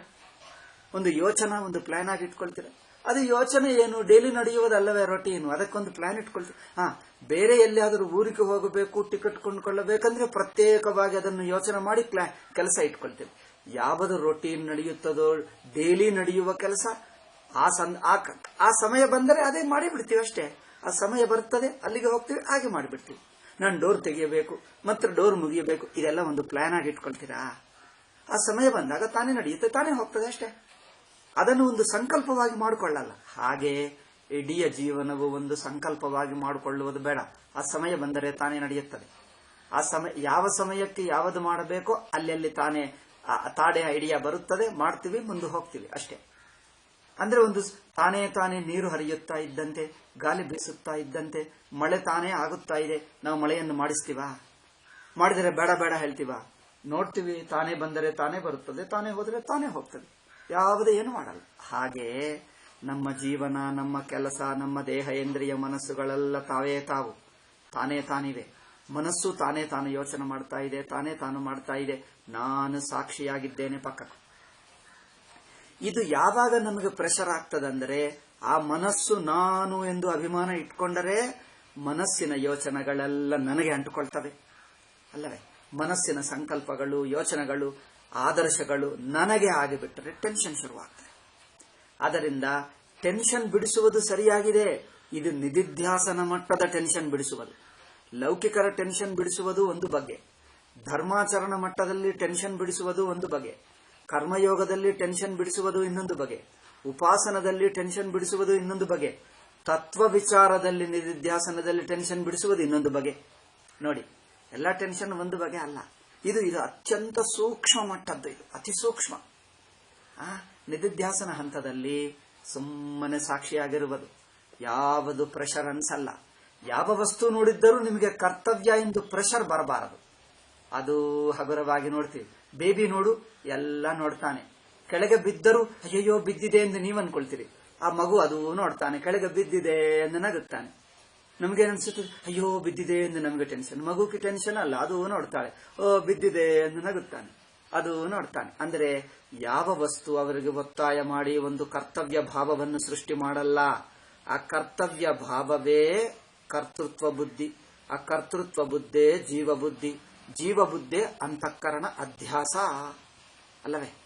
ಆ ಟೆನ್ಷನ್ ಬಿಡಬೇಕು ಅಂದ್ರೆ ಕರ್ತವ್ಯ ಬುದ್ಧಿ ಬಿಡಬೇಕು. ಕರ್ತವ್ಯ ಬುದ್ಧಿ ಬಿಡಬೇಕಂದ್ರೆ ಕರ್ತೃತ್ವ ಅಭಿಮಾನ ಬಿಡಬೇಕು. ಕರ್ತೃತ್ವ ಅಭಿಮಾನ ಬಿಡಬೇಕಂದ್ರೆ ಅಂತಃಕರಣ ನಾನು ಎಂಬ ಅಧ್ಯಾಸ ಬಿಡಿಸಿ ಅರಿವಾಗಿ ಇರುವುದಷ್ಟೇ. ಇರುವುದೇನು, ಅದು ತಾನೇ ಇದೆ, ತಾನೇ ಅರಿವಾಗಿದೆ. ಟೆನ್ಷನ್ ತಾನೇ ಹೋಯಿತು. ಅಂತಃಕರಣ ನಾನಲ್ಲ ಎಂಬುದು ತಾನೇ ಇರುವ ಸತ್ಯ. ಹೀಗೆ ಎಮೋಷನಲ್ ರಿಯಾಕ್ಷನ್ಸ್ ಇವೆ ಅಲ್ಲ, ಆ ರಿಯಾಕ್ಷನ್ಸ್ಗಳೆಲ್ಲ ತೆಗೆದು ಬಿಟ್ಟು ಸ್ಪಾಂಟೇನಿಯಸ್ ಫೀಲಿಂಗ್ಸ್ ಬರಲಿ. ಅದಕ್ಕೋಸ್ಕರ ನಮ್ಮ ಮನೋಭಾವನೆಗಳು, ಎಮೋಷನ್ಸ್ಗಳು ಪಾಸಿಟಿವ್ ಮಾಡಿದ್ದರೆ, ಪ್ರೇಮ, ದಯಾ, ಕರುಣ ಇತ್ಯಾದಿ ಗುಣಗಳನ್ನು ಮಾಡಿಬಿಟ್ಟರೆ ಅವು ಸಹಜವಾಗುತ್ತವೆ. ಅದರಲ್ಲಿ ಪ್ರೆಷರ್ ಇರಲ್ಲ. ನೆಗೆಟಿವ್ ಎಮೋಷನ್ಸ್, ಪಾಸಿಟಿವ್ ಎಮೋಷನ್ಸ್ ನಲ್ಲಿ, ಅಂದ್ರೆ ಕೆಟ್ಟ ಎಮೋಷನ್ಸ್, ಉತ್ತಮ ಎಮೋಷನ್ಸ್ ನಲ್ಲಿ ವ್ಯತ್ಯಾಸವೇನೆಂದರೆ, ಅಶುದ್ಧ ಎಮೋಷನ್, ಶುದ್ಧ ಎಮೋಷನ್, ಅಶುದ್ಧ ಅಂತಃಕರಣ, ಶುದ್ಧ ಎಮೋಷನ್ಸ್ಗಳಲ್ಲಿ ನಿಮಗೆ ಯಾವ ಪ್ರೆಷರ್ ಇರಲ್ಲ. ನಿಮ್ಮ ಅಂತಃಕರಣ ಶುದ್ಧವಾಯಿತೋ ಅಲ್ಲವೋ ಅಂದ್ರೆ ಪ್ರೇಮವೂ ನಿಮಗೆ ಒತ್ತಡೆ ಆಗಬಾರದು, ದಯಾ ಒತ್ತಡೆ ಆಗಬಾರದು. ಅದು ಸ್ಪಾಂಟೇನಿಯಸ್ ಆಗಿ ಬರುತ್ತದೆ. ಪ್ರೇಮದಲ್ಲಿ ಯಾವ ಟೆನ್ಷನೂ ಇಲ್ಲ. ಟೆನ್ಷನ್ ಇದ್ದರೆ ಸ್ವಲ್ಪ ರಜೋಗುಣ ಸೇರಿಕೊಂಡಿತು, ಅದರಲ್ಲಿ ನಾನು, ನನ್ನವರು, ಪ್ರೇಮ ಅಂದ್ರೆ ಸ್ವಲ್ಪ ಮೋಹಾಂಶ ಸೇರಿಕೊಂಡಿತು. ಅದು ಶುದ್ಧವಾದ ಪ್ರೇಮ ಅಲ್ಲ. ಪ್ರೇಮದಲ್ಲಿ ಯಾವ ಪ್ರೆಷರ್ ಇರಲ್ಲ, ಯಾವ ಟೆನ್ಷನ್ ಇರಲ್ಲ. ಸ್ವಲ್ಪ ಟೆನ್ಷನು, ಆಂಗ್ಸೈಟಿ ಬಂತು ಅಂದ್ರೆ ಸ್ವಲ್ಪ ರಜೋಗುಣ ಅಂಶ, ಸ್ವಲ್ಪ ಜೀವಭಾವ, ಸ್ವಲ್ಪ ಅಭಿಮಾನದ ಪ್ರೇಮ ಬಂದು ಬಿಟ್ಟಿತು. ಪ್ರೇಮದಲ್ಲಿ ಅಭಿಮಾನ ಅಂಶ ಸೇರಿಕೊಂಡಿತು. ಸ್ಪಾಂಟೇನಿಯಸ್ ಪ್ರೇಮದಲ್ಲಿ, ಸಾಕ್ಷಿ ಭಾವದಲ್ಲಿ ತಾನೇ ತಾನಿರುತ್ತದೆ, ಯಾವ ಪ್ರೆಷರ್ ಇರಲ್ಲ. ಪ್ರೇಮ, ದಯಾ, ಕರುಣ, ದಯಾ, ಪ್ರೇಮ, ಕರುಣಗಳು ಅದಕ್ಕಾಗಿ ಆವಾಗ ಹೇಳ್ತೀರಿ ಅವು ಗುಣವಾಗಲ್ಲ. ಸುಗಮದಲ್ಲಿ ಹೇಳಿದ್ದೀವಿ ನೋಡಿ, ಪ್ರೇಮ, ದಯಾ ಎಂಬುವುದು ಗುಣವಾಗಲ್ಲ, ಅವರ ಸ್ವರೂಪಗಳಾಗುತ್ತವೆ. ಗುಣವಾದರೆ ಸ್ವಲ್ಪ ಒತ್ತಡೆ ಮಾಡ್ತವೆ, ಸ್ವರೂಪವಾದರೆ ಒತ್ತಡೆ ಮಾಡಲ್ಲ. ಅದು ತಾನೇ ತಾನು ಸಹಜವಾಗಿರುತ್ತದೆ. ಬೆಂಕಿ ಬಿಸಿಯಾಗುವುದು ಗುಣ ಅಲ್ಲ, ಅದಕ್ಕೇನು ಪ್ರೆಷರ್ ಇಲ್ಲ, ಸಹಜ, ಸ್ವಾಭಾವಿಕ. ಹಾಗೆ ಪಾಸಿಟಿವ್ ಗುಣಗಳಂದರೆ, ಪಾಸಿಟಿವ್ ಎಮೋಷನ್ಸ್ ಅಂದರೆ ಸ್ವಾಭಾವಿಕವಾಗಿರುತ್ತವೆ. ಅದಕ್ಕೆ ಯಾವ ಪ್ರಯತ್ನ, ಯಾವ ಒತ್ತಡ ಇಲ್ಲ, ಯಾವ ಅಭಿಮಾನವೂ ಇಲ್ಲ. ಸಾಕ್ಷಿ ಭಾವದಲ್ಲಿದ್ದರೆ ಸಾಕು, ತಾನೇ ಇರ್ತದೆ. ಆದ್ದರಿಂದ ಅಂತಃಕರಣ ಶುದ್ಧಿ ಎಂದು ಹೇಳುವ ಹಂತದಲ್ಲಿ ಎಮೋಷನ್ಸ್ ಪ್ಯೂರಿಫೈ ಮಾಡು. ಭಗವಂತನ ಮೇಲೆ ಇಟ್ಕೋ ಆ ಪ್ರೇಮ. ಮನುಷ್ಯನ ಮೇಲೆ ಇಟ್ಟರೂ, ಒಬ್ಬ ಮನುಷ್ಯನ ಮೇಲೆ ಪತಿ, ಪತ್ನಿ, ಮಕ್ಕಳು, ಸಮಾಜ, ಕುಟುಂಬ, ಸ್ನೇಹಿತರು, ಬಂಧುಗಳು, ಗುರು ಮೇಲೆ, ಶಿಷ್ಯರ ಮೇಲೆ, ಮನುಷ್ಯರ ಮೇಲೆ ಇಟ್ಕೊಂಡರೂ ಅವರನ್ನು ಭಗವಂತನಲ್ಲಿ ಸೇರಿಸಿ ಪ್ರೇಮ ಇಡು. ಅವರು ಭಗವಂತನವರು ಎಂದು ಮೊದಲು ಮಾತು.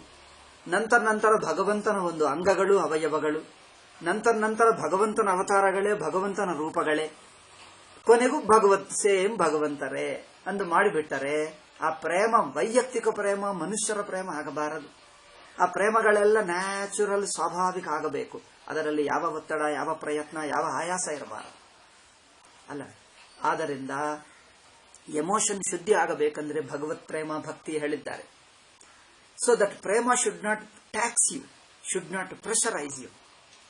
ಪ್ರೆಷರ್ ಮಾಡಿದೆ ಅಂದ್ರೆ ಒಂದು ಚೂರು ರಜೋ ಅಂಶ ಸೇರ್ಕೊಂಡಿದೆ, ಲಿಟಲ್. ಬಟ್ ಸ್ಪಾಂಟೇನಿಯಸ್, ತತ್ವಜ್ಞಾನಿಗಳಲ್ಲಿರುವಂತ ಸ್ಪಾಂಟೇನಿಯಸ್ ಆಗ್ತದೆ. ದೇರ್ ಫೋರ್ ಅಂತಃಕರಣವೇ ಈಸಿಲಿ ಬಿಡಬಹುದು. ಅಂತಃಕರಣ ಅಂದ್ರೆ ದ ವಿಲ್, ಏನೋ ಪ್ರಯತ್ನ. ಅದಕ್ಕೋಸ್ಕರ ಮನಸ್ಸಿನಲ್ಲಿರುವಂತ ಆ ಎಮೋಷನಲ್ ರಿಯಾಕ್ಷನ್ಸ್ ಇವೆ ನೋಡಿ, ಆ ಆವೇಶ, ಆ ಇಂಪಲ್ಸಸ್, ಆ ರಿಯಾಕ್ಷನ್ಸ್ ಶುದ್ಧಗೊಳಿಸಬೇಕು, ತೆಗೆಯಬೇಕು. ಅದರಿಂದ ನೇರಾಗಿ ವಿಚಾರ ಮಾಡುವವನು ಉತ್ತಮಾಧಿಕಾರಿ. ನೇರಾಗ ದೃಷ್ಟಿ ಬ್ರಹ್ಮ ಕಡೆ ಇಡುತ್ತಾನೆ, ಮನಸ್ಸು ತಾನೇ ಬಿದ್ದು ಹೋಗ್ತದೆ, ತಾನೇ ಕಲ್ಪಿತ ಎಂದು ಗೊತ್ತಾಗಿ ಬಿಡುತ್ತದೆ, ಬ್ರಹ್ಮಕ್ಕಿಂತ ಬೇರೆ ಅಲ್ಲ. ಆದರೆ ಇನ್ನು ಸ್ವಲ್ಪ ಮನೋದೋಷಗಳಿರುವವರಿಗೆ, ಮಧ್ಯಮಾಧಿಕಾರಿಗೆ ನಿಧಿಧ್ಯಾಸನದಲ್ಲಿ ಸ್ವಲ್ಪ ಈ ಎಮೋಷನ್ ಕಡೆಗೆ ದೃಷ್ಟಿ ಇಟ್ಟು ಇವುಗಳನ್ನು ಸ್ವಾಭಾವಿಕವಾಗಿ ಮಾಡಬೇಕು. ಅದರಲ್ಲಿ ಏನಾದರೂ ಸ್ವಲ್ಪ ನಾನು, ನನ್ನದು ಎಂದು ಅಭಿಮಾನ ಅಂಶ ಇದ್ದರೆ, ನಮ್ಮ ಎಮೋಷನ್ಗಳಲ್ಲಿ ಸ್ವಲ್ಪ ಆವೇಶ ಕಂಡು ಬಂದರೆ, ಇಂಪಲ್ಸಿವ್ನೆಸ್, ಅದು ಕಾನ್ಷಿಯಸ್ಲಿ ತೆಗೆಯಬೇಕು. ಕಾನ್ಷಿಯಸ್ ಅಂದ್ರೆ ಏನು? ಈ ಇಂಪಲ್ಸ್ ಬೇಕಾಗಿಲ್ಲ, ಬಿ ನ್ಯಾಚುರಲ್. ಎಷ್ಟು ಭಯಂಕರ ಕಷ್ಟಗಳು, ಅನ್ಯಾಯಗಳು ಸಮಾಜದಲ್ಲಿ ನಡೆಯುತ್ತವೆ, ನಮಗೂ ನಡೆಯುತ್ತವೆ. Don't react. ಶಾಕ್ ಆಗಿಬಿಟ್ಟಿದೆ, ಅಯ್ಯೋ ಹೀಗಾಗ್ತದೆ ಅನ್ಕೊಂಡಿಲ್ಲ. ಯಾವುದಕ್ಕೆ ಶಾಕ್ ಇಲ್ಲ, ಪ್ರಪಂಚ ಎಲ್ಲ ಪ್ರಪಂಚವೇ. ನಥಿಂಗ್. ಪ್ರಪಂಚದಲ್ಲಿ ಶಾಕ್ ಆಗತಕ್ಕದ್ದು ಯಾವುದೂ ಇಲ್ಲ, ಆಶ್ಚರ್ಯ ಪಡ್ಕೊಳ್ಳತಕ್ಕದ್ದು ಯಾವುದಿಲ್ಲ. ಓಕೆ, ಅದೇ ಸಾಕ್ಷಿಭಾವ. Nothing to be surprise, nothing to be shocked. ಅಯ್ಯೋ ಹೀಗಾಯ್ತಲ್ಲ, ಎಲ್ಲವೂ ಆಗುತ್ತದೆ, ಎಲ್ಲವೂ ನ್ಯಾಚುರಲೇ. ದೊಡ್ಡದು ದೊಡ್ಡದಾಗಬಹುದು, ಅತ್ಯಂತ ದೊಡ್ಡದು ಆಗಬಹುದು, ಅತ್ಯಂತ ಕೆಟ್ಟದು ಆಗಬಹುದು. ಎಲ್ಲವೂ ಸಹಜವಾಗಿ ತಗೋ. Just naturally seeing them. If you start reacting them, then emotional ಆಗ್ತದೆ. ಅದಕ್ಕೋಸ್ಕರ ಮಧ್ಯಮಾಧಿಕಾರಿ ಸ್ವಲ್ಪ ಎಮೋಷನಲ್ ಆವೇಶಗಳನ್ನು, ನೆಗೆಟಿವ್ ಎಮೋಷನ್ಸ್ಗಳನ್ನೆಲ್ಲ ಶುದ್ಧಗೊಳಿಸಿ ಸ್ಪಾಂಟೇನಿಯಸ್ಗೊಳಿಸಬೇಕು. ಮೈಂಡ್ ಏನಾಗುತ್ತದೆ, ಹಗುರವಾಗಿ ಬಿಡ್ತದೆ. ಜ್ಞಾನದಲ್ಲಿ ಈಸಿಲಿ ತೆಗೆಯಕ್ಕಾಗ್ತದೆ. ಇಲ್ಲದಿದ್ದರೆ ಸ್ವಲ್ಪ ಸ್ಟಿಫ್ ಆದ ಮನಸ್ಸು ತೆಗೆಯುವುದು ಕಷ್ಟ. ಸ್ವಲ್ಪ ರಜೋಗುಣ ಇದ್ದು ರಿಯಾಕ್ಷನ್ಸ್ ಇದ್ದ ಮನಸ್ಸಿದ್ದರೆ, ಬ್ರಹ್ಮ ಎಷ್ಟು ಹೇಳಿದ್ದರೂ ಮನಸ್ಸು ಮನಸ್ಸಾಗಿ ನಿಂತಿರುತ್ತದೆ, ಹೋಗಲ್ಲ. ಮನಸ್ಸಂದ್ರೆ ಅವಸ್ಥಾ ಹೋಲ್ ಮೈಂಡ್ ಹಾಗೆ ಇರುತ್ತದೆ. ಚೈತನ್ಯ ಆತ್ಮದಲ್ಲಿ ಮುಳುಗಿ ಹೋಗಿ ಎಲ್ಲವೂ ಬ್ರಹ್ಮವೇ, ಎಲ್ಲವೂ ಚೈತನ್ಯ ಆತ್ಮವೇ, ಮನಸ್ಸು ಬಿಡಿಯಿಲ್ಲ. ನಮಗೆ ನೀರಿನ ಅಲೆ ಮೇಲೆ ಪ್ರೀತಿ ಇದ್ದರೆ ಅಲೆ ನೀರು ಎಂದು ಗೊತ್ತಾಗುವುದು ಕಷ್ಟ ಆಗ್ತದೆ. ಅಲೆ ಚೆನ್ನಾಗಿದೆ. ನಿಮಗೆ ನೀರು ಮೇಲೆ ದೃಷ್ಟಿ ಇದ್ದರೆ ಅಲೆ ಏನು ತೋರ್ತದೆ, ಬಿಡುತ್ತದೆ. ಅಲೆ ಮೇಲೆ ದೃಷ್ಟಿ ಹೋಗಿಬಿಡುತ್ತದೆ, ನೀರೇ ಕಂಡು ಬರ್ತದೆ. ಸಪೋಸಿಂಗ್ ನಿಮಗೆ ಅಲೆನೇ ಚೆನ್ನಾಗಿದೆ ಅನಿಸಿತು, ನಿಮಗೆ ಅಲೆ ಬಿಡುವುದೇ ಅಲ್ಲ. ಅಲೆ ಮೇಲನೇ ದೃಷ್ಟಿ ಸಿಕ್ಕಾಕೊಳ್ತದೆ. ಅಲೆಯನ್ನೇ ನೋಡ್ತಾ ಇರ್ತದೆ. ಆಹಾ ಅದು ಎಷ್ಟು ಚೆನ್ನಾಗಿತ್ತೆ. ಅಲೆ ಬಿಡಪ್ಪ, ಇದೆಲ್ಲ ನೀರು ನೋಡು, ಅಲೆ ಹೋಯ್ತು ಅಂದ್ರೆ ಹೋಯ್ತು, ಬಟ್ ಇರುವಾಗ ಎಷ್ಟು ಚೆನ್ನಾಗಿತ್ತು ಗೊತ್ತಾ? ಆಹಾ ಅಲೆ ಎಷ್ಟು ಸುಂದರವಾಗಿತ್ತು. ನಿಮ್ಮ ದೃಷ್ಟಿ ಹೋದ ನಂತರನೂ ಅಲೆ ಮೇಲೇನೆ ಇಟ್ಕೊಂಡ್ರೆ ಮತ್ತೆ ಇನ್ನೊಂದು ಅಲೆನೇ ಕಂಡು ಬರ್ತದೆ. ನಿಮಗೆ ನೀರಿನ ಮೇಲೆ ದೃಷ್ಟಿ ಬರಲ್ಲ, ಗೊತ್ತಾಯ್ತಾ? ಹಾಗೆ ನಮ್ಮ ರಿಯಾಕ್ಷನ್ಸ್ ಏನು ಮಾಡುತ್ತವೆ? ನಾಮರೂಪಗಳ ಮೇಲೆ, ಮನುಷ್ಯರ ಮೇಲೆ, ವ್ಯಕ್ತಿಗಳ ಮೇಲೆ, ಘಟನೆಗಳ ಮೇಲೆ ಅಟೆನ್ಷನ್ ಇಡುತ್ತವೆ. ದೃಷ್ಟಿ ಹೆಚ್ಚಲ್ಲಿರುತ್ತದೆ. ಘಟನೆಗಳು, ಮನುಷ್ಯರು, ಪದಾರ್ಥಗಳು, ಇವರ ಮೇಲೆ ದೃಷ್ಟಿ. ಆಹಾ ಈ ಪದಾರ್ಥ ಚೆನ್ನಾಗಿದೆ, ಈ ಘಟನೆ ಚೆನ್ನಾಗಿ ನಡೆಯಿತು, ಹೀಗಾಗಬೇಕಿತ್ತಬ್ಬಾ, ತುಂಬಾ ಚೆನ್ನಾಗಿ ನಡೆಯಿತು. ಏನೋ ಇದು ತಪ್ಪಿದೆ, ಹೀಗಿರಬಾರದು, ಸಮಾಜ ಹೀಗಿರಬಾರದು, ಕುಟುಂಬ ಹೀಗಿರಬಾರದು, ಜನರು ಹೀಗಿರಬಾರದು. ಅಂದರೆ ವಸ್ತುಗಳು ಹೇಗಿರಬೇಕು, ಪದಾರ್ಥಗಳು ಹೇಗಿರಬೇಕು, ನಾಮರೂಪಗಳು, ಮನುಷ್ಯರು, ಈ ಆಕಾರಗಳ ಮೇಲೆ, ಗುಣಗಳ ಮೇಲೆ ಅಟೆನ್ಷನ್ ಇಟ್ಟುಕೊಂಡರೆ ನಮ್ಮ ಎಮೋಷನ್ಸು, ಅಭಿಮಾನಗಳು, ಆಸಕ್ತಿಗಳು, ಈ ಗುಣಗಳು, ಈ ಪದಾರ್ಥಗಳು, ಆಕಾರಗಳು, ಸಮಾಜ ಹೇಗೆ ನಡೆಯಬೇಕು, ಇವುಗಳ ಮೇಲೇನೆ ಏನೋ ಒಂದು ಆಸಕ್ತಿ, ಆದರ್ಶ ಇಟ್ಕೊಂಡರೆ ಅವುಗಳೆಲ್ಲ ಮಿಥ್ಯಾ ಅಂದ್ರೆ ಆಗಲ್ಲ. ಏಕೆ? ಈ ಆಸಕ್ತಿ ಹಿಡಿಯುತ್ತಾ ಇದೆ. ಹಾಗಿರಬೇಕು, ಹೀಗಿರಬೇಕು. ಈಗ ಚಿಕ್ಕ ಮಗು ಹಾಗೆ, ಪ್ರಪಂಚ ಹೇಗಿದ್ದರು ನೀವು ನೋಡಿ, ಆ ಮಗುವನ್ನು ಕರ್ಕೊಂಡು ಹೊರಗೆ ಹೋಗಿ ರೋಡ್ ಮೇಲೆ, ಅವನು ಏನೋ ಕಂಡು ಬರ್ತದೆ. ಒಂದು ಕೋಳಿ ಕಂಡು ಬರ್ತದೆ, ಅದೇ ನೋಡ್ತಾ ಇರ್ತಾನೆ. ಮತ್ತೆ ಇಲ್ಲಿ ಬಾ ಅಂದ್ರೆ ಮತ್ತೆ ಹೋಗ್ತಾನೆ. ಮತ್ತೆ ಇನ್ನೇನೋ ಮೇಕೆ ಕಂಡು ಬರ್ತದೆ, ಅದು ನೋಡ್ತಾನೆ. ಹಸು ಕಂಡು ಬರ್ತದೆ, ಅದು ನೋಡ್ತಾನೆ. ಯಾರೋ ಮನುಷ್ಯರು ಕಂಡು ಬರ್ತಾರೆ, ಯಾವುದು ಹೇಳಲ್ಲ, ಒಳ್ಳೇದು ಹೇಳಲ್ಲ, ಕೆಟ್ಟದು ಹೇಳಲ್ಲ. ಸುಮ್ಮನೆ ನೋಡ್ತಾನೆ ಹೋಗ್ತಾನೆ. ಯಾವುದಕ್ಕೆ ರಿಯಾಕ್ಷನ್ ಇಲ್ಲ, ಸುಮ್ಮನೆ ನೋಡ್ತಾನೆ. ಅಲ್ಲವೇ? ಅಂದರೆ ನಾವು ಎಮೋಷನಲ್ಲಿ ಒಳ್ಳೆಯದು ಹೇಳು, ಕೆಟ್ಟದು ಹೇಳು, ಹೌದು ಹೀಗೆ ಇರಬೇಕು, ಅಯ್ಯೋ ಹೀಗಿರಬಾರದು, ಈ ಆದರ್ಶಗಳು, ಭಾವನೆಗಳು ಏನೋ ಒಂದು ಚೂರು ಒಳಗೆ ಇದ್ದು ಬಿಟ್ಟರೆ ಮನಸ್ಸಾಗಿ ನಿಲ್ಲುತ್ತದೆ. ಈಗ ನಾವೇನು, ಮನಸ್ಸು ಸುಮ್ಮನೆ ಆಕಾರ, ಚೈತನ್ಯವೇ ತೋರುವ ಬಗೆಗೂ ಮನಸ್ಸು ಹೇಳಿದ್ದೀವಿ. ಮನಸ್ಸನ್ನು ತೆಗೆದು ಬಿಟ್ಟು ಚೈತನ್ಯ ಎಂದು ತಿಳಿಯಬೇಕು. ಅದು ಅಲ್ಲಿ ಅಡ್ಡಿ ಬರ್ತದೆ. ಏಕೆ? ಈ ಎಮೋಷನ್ಸು, ಕರ್ತವ್ಯಗಳು ಅಡ್ಡಿ ಬರುತ್ತವೆ. ಈ ಎಮೋಷನ್ಸ್, ಕರ್ತವ್ಯಗಳು ಸ್ವಲ್ಪ ಪ್ರಯತ್ನ ಪೂರ್ವಕ ವೇದಾಂತ ದೃಷ್ಟ್ಯ ಅಂದ್ರೆ ಏನು, ಇದೆಲ್ಲವೂ ಬ್ರಹ್ಮವೇ ಆಗುವುದರಿಂದ ಒಂದೊಂದು ಆಕಾರಕ್ಕೆ ಹೆಚ್ಚಿನ ಬೆಲೆ ಕೊಡಬೇಕಾಗಿಲ್ಲ. ಯಾವ ಆಕಾರಗಳು, ಯಾವ ಘಟನೆಗಳು, ಯಾವ ಕರ್ಮಗಳು, ಯಾವುದಕ್ಕೆ ಹೆಚ್ಚು ಬೇಡ, ಕಡಿಮೆ ಬೇಡ. ಯಾವುದು ಹೇಗಿದೆಯೋ ಇರಲಿ, ಇದ್ದದ್ದು ತಾನೇ ಇದೆ. ತಾನಿದೆ ಎನ್ನುವುದಕ್ಕೆ ನಾನು ಯಾರು? ತಾನು ಏನೇ ಇರುತ್ತದೆ ಅಷ್ಟೇ. ಅಯ್ಯೋ, ಒಂದು ಕಲ್ಲಿದೆ, ನೀವು ಯೋಚನೆ ಮಾಡ್ತೀರಾ, ಅಯ್ಯೋ ನಾಳೆನೂ ಈ ಕಲ್ಲು ಕಲ್ಲೇ ಇರಬೇಕು, ಈ ಕಲ್ಲು ಏನಾಗಿ ಬಿಡ್ತದೋ ಎಂದು ಯಾರಿಗಾದ್ರೂ ಚಿಂತನೆ ಇರ್ತದೆ? ಒಂದು ಕಲ್ಲಿದೆ ನಿಮ್ಮ ಮನೆ ಎದುರಾಗಿ ರೋಡ್ ಮೇಲೆ, ಈ ಕಲ್ಲು ಕಲ್ಲೇ ಇರಬೇಕು, ನಾಳೆ ಏನಾಗುತ್ತದೋ ಎಂದು ಮತ್ತೆ ಮನೆಗೆ ಹೋಗಿ ಯೋಚನೆ ಮಾಡ್ತಾರ, ಅಯ್ಯೋ ಕಲ್ಲು ಕಲ್ಲಾಗಿದೆ. ಯೋಚನೆ ಏಕೆ? ಕಲ್ಲು ತಾನೇ ಇರುತ್ತದೆ, ನೀವು ಯೋಚನೆ ಮಾಡದಿದ್ದರೂ ಇರ್ತದೆ. ನೀವು ಯೋಚನೆ ಮಾಡಬೇಕಾಗಿಲ್ಲ, ಏಕೆ? ಕಲ್ಲು ಕಲ್ಲೇ, ನೀರು ನೀರೇ. ಹಾಗೆ ಪ್ರಪಂಚ. ಇದರಲ್ಲಿ ಕೆಲವರು ಸಜ್ಜನರಿದ್ದಾರೆ, ಕೆಲವರು ದುರ್ಜನರಿದ್ದಾರೆ, ಕೆಲವರು ಇನ್ನೂ ಉತ್ತಮರು, ಮಹನೀಯರಿದ್ದಾರೆ. ಈ ಪ್ರಕೃತಿಯ ನಿಯಮ, ಪ್ರಕೃತಿ ಎನ್ನುವುದು ಒಂದು ಸಿಸ್ಟಮ್ ಅಂದ್ರೆ ಏನು?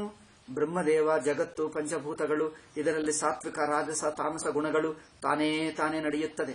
ಒಂದು ಮಷಿನ್ ಆನ್ ಮಾಡಿದ್ದರೆ ತಾನೇ ನಡೆಯುತ್ತದೆ ನೋಡಿ, ತಾನೇ ನೋಡ್ಕೊಳ್ತದೆ ಅಲ್ಲ. ಕೆಲವು ಈ ಕಾಲದ ದೊಡ್ಡ ಮಷಿನ್ಗಳಿರುತ್ತವೆ ನೋಡಿ, ಸುಮ್ಮನೆ ಸ್ವಿಚ್ ಆನ್ ಮಾಡು ಬಿಡು ಅಷ್ಟೇ, ಇಲ್ಲಿಂದ ಇಲ್ಲಿ ಹೋಗುತ್ತದೆ, ಇದು ಅಲ್ಲಿಗೆ ಹೋಗುತ್ತದೆ, ಅದು ಅಲ್ಲಿ ತಗೊಳ್ತದೆ, ಅಲ್ಲಿ ತಾನೇ ಮಾಡ್ಕೊಳ್ತದೆ.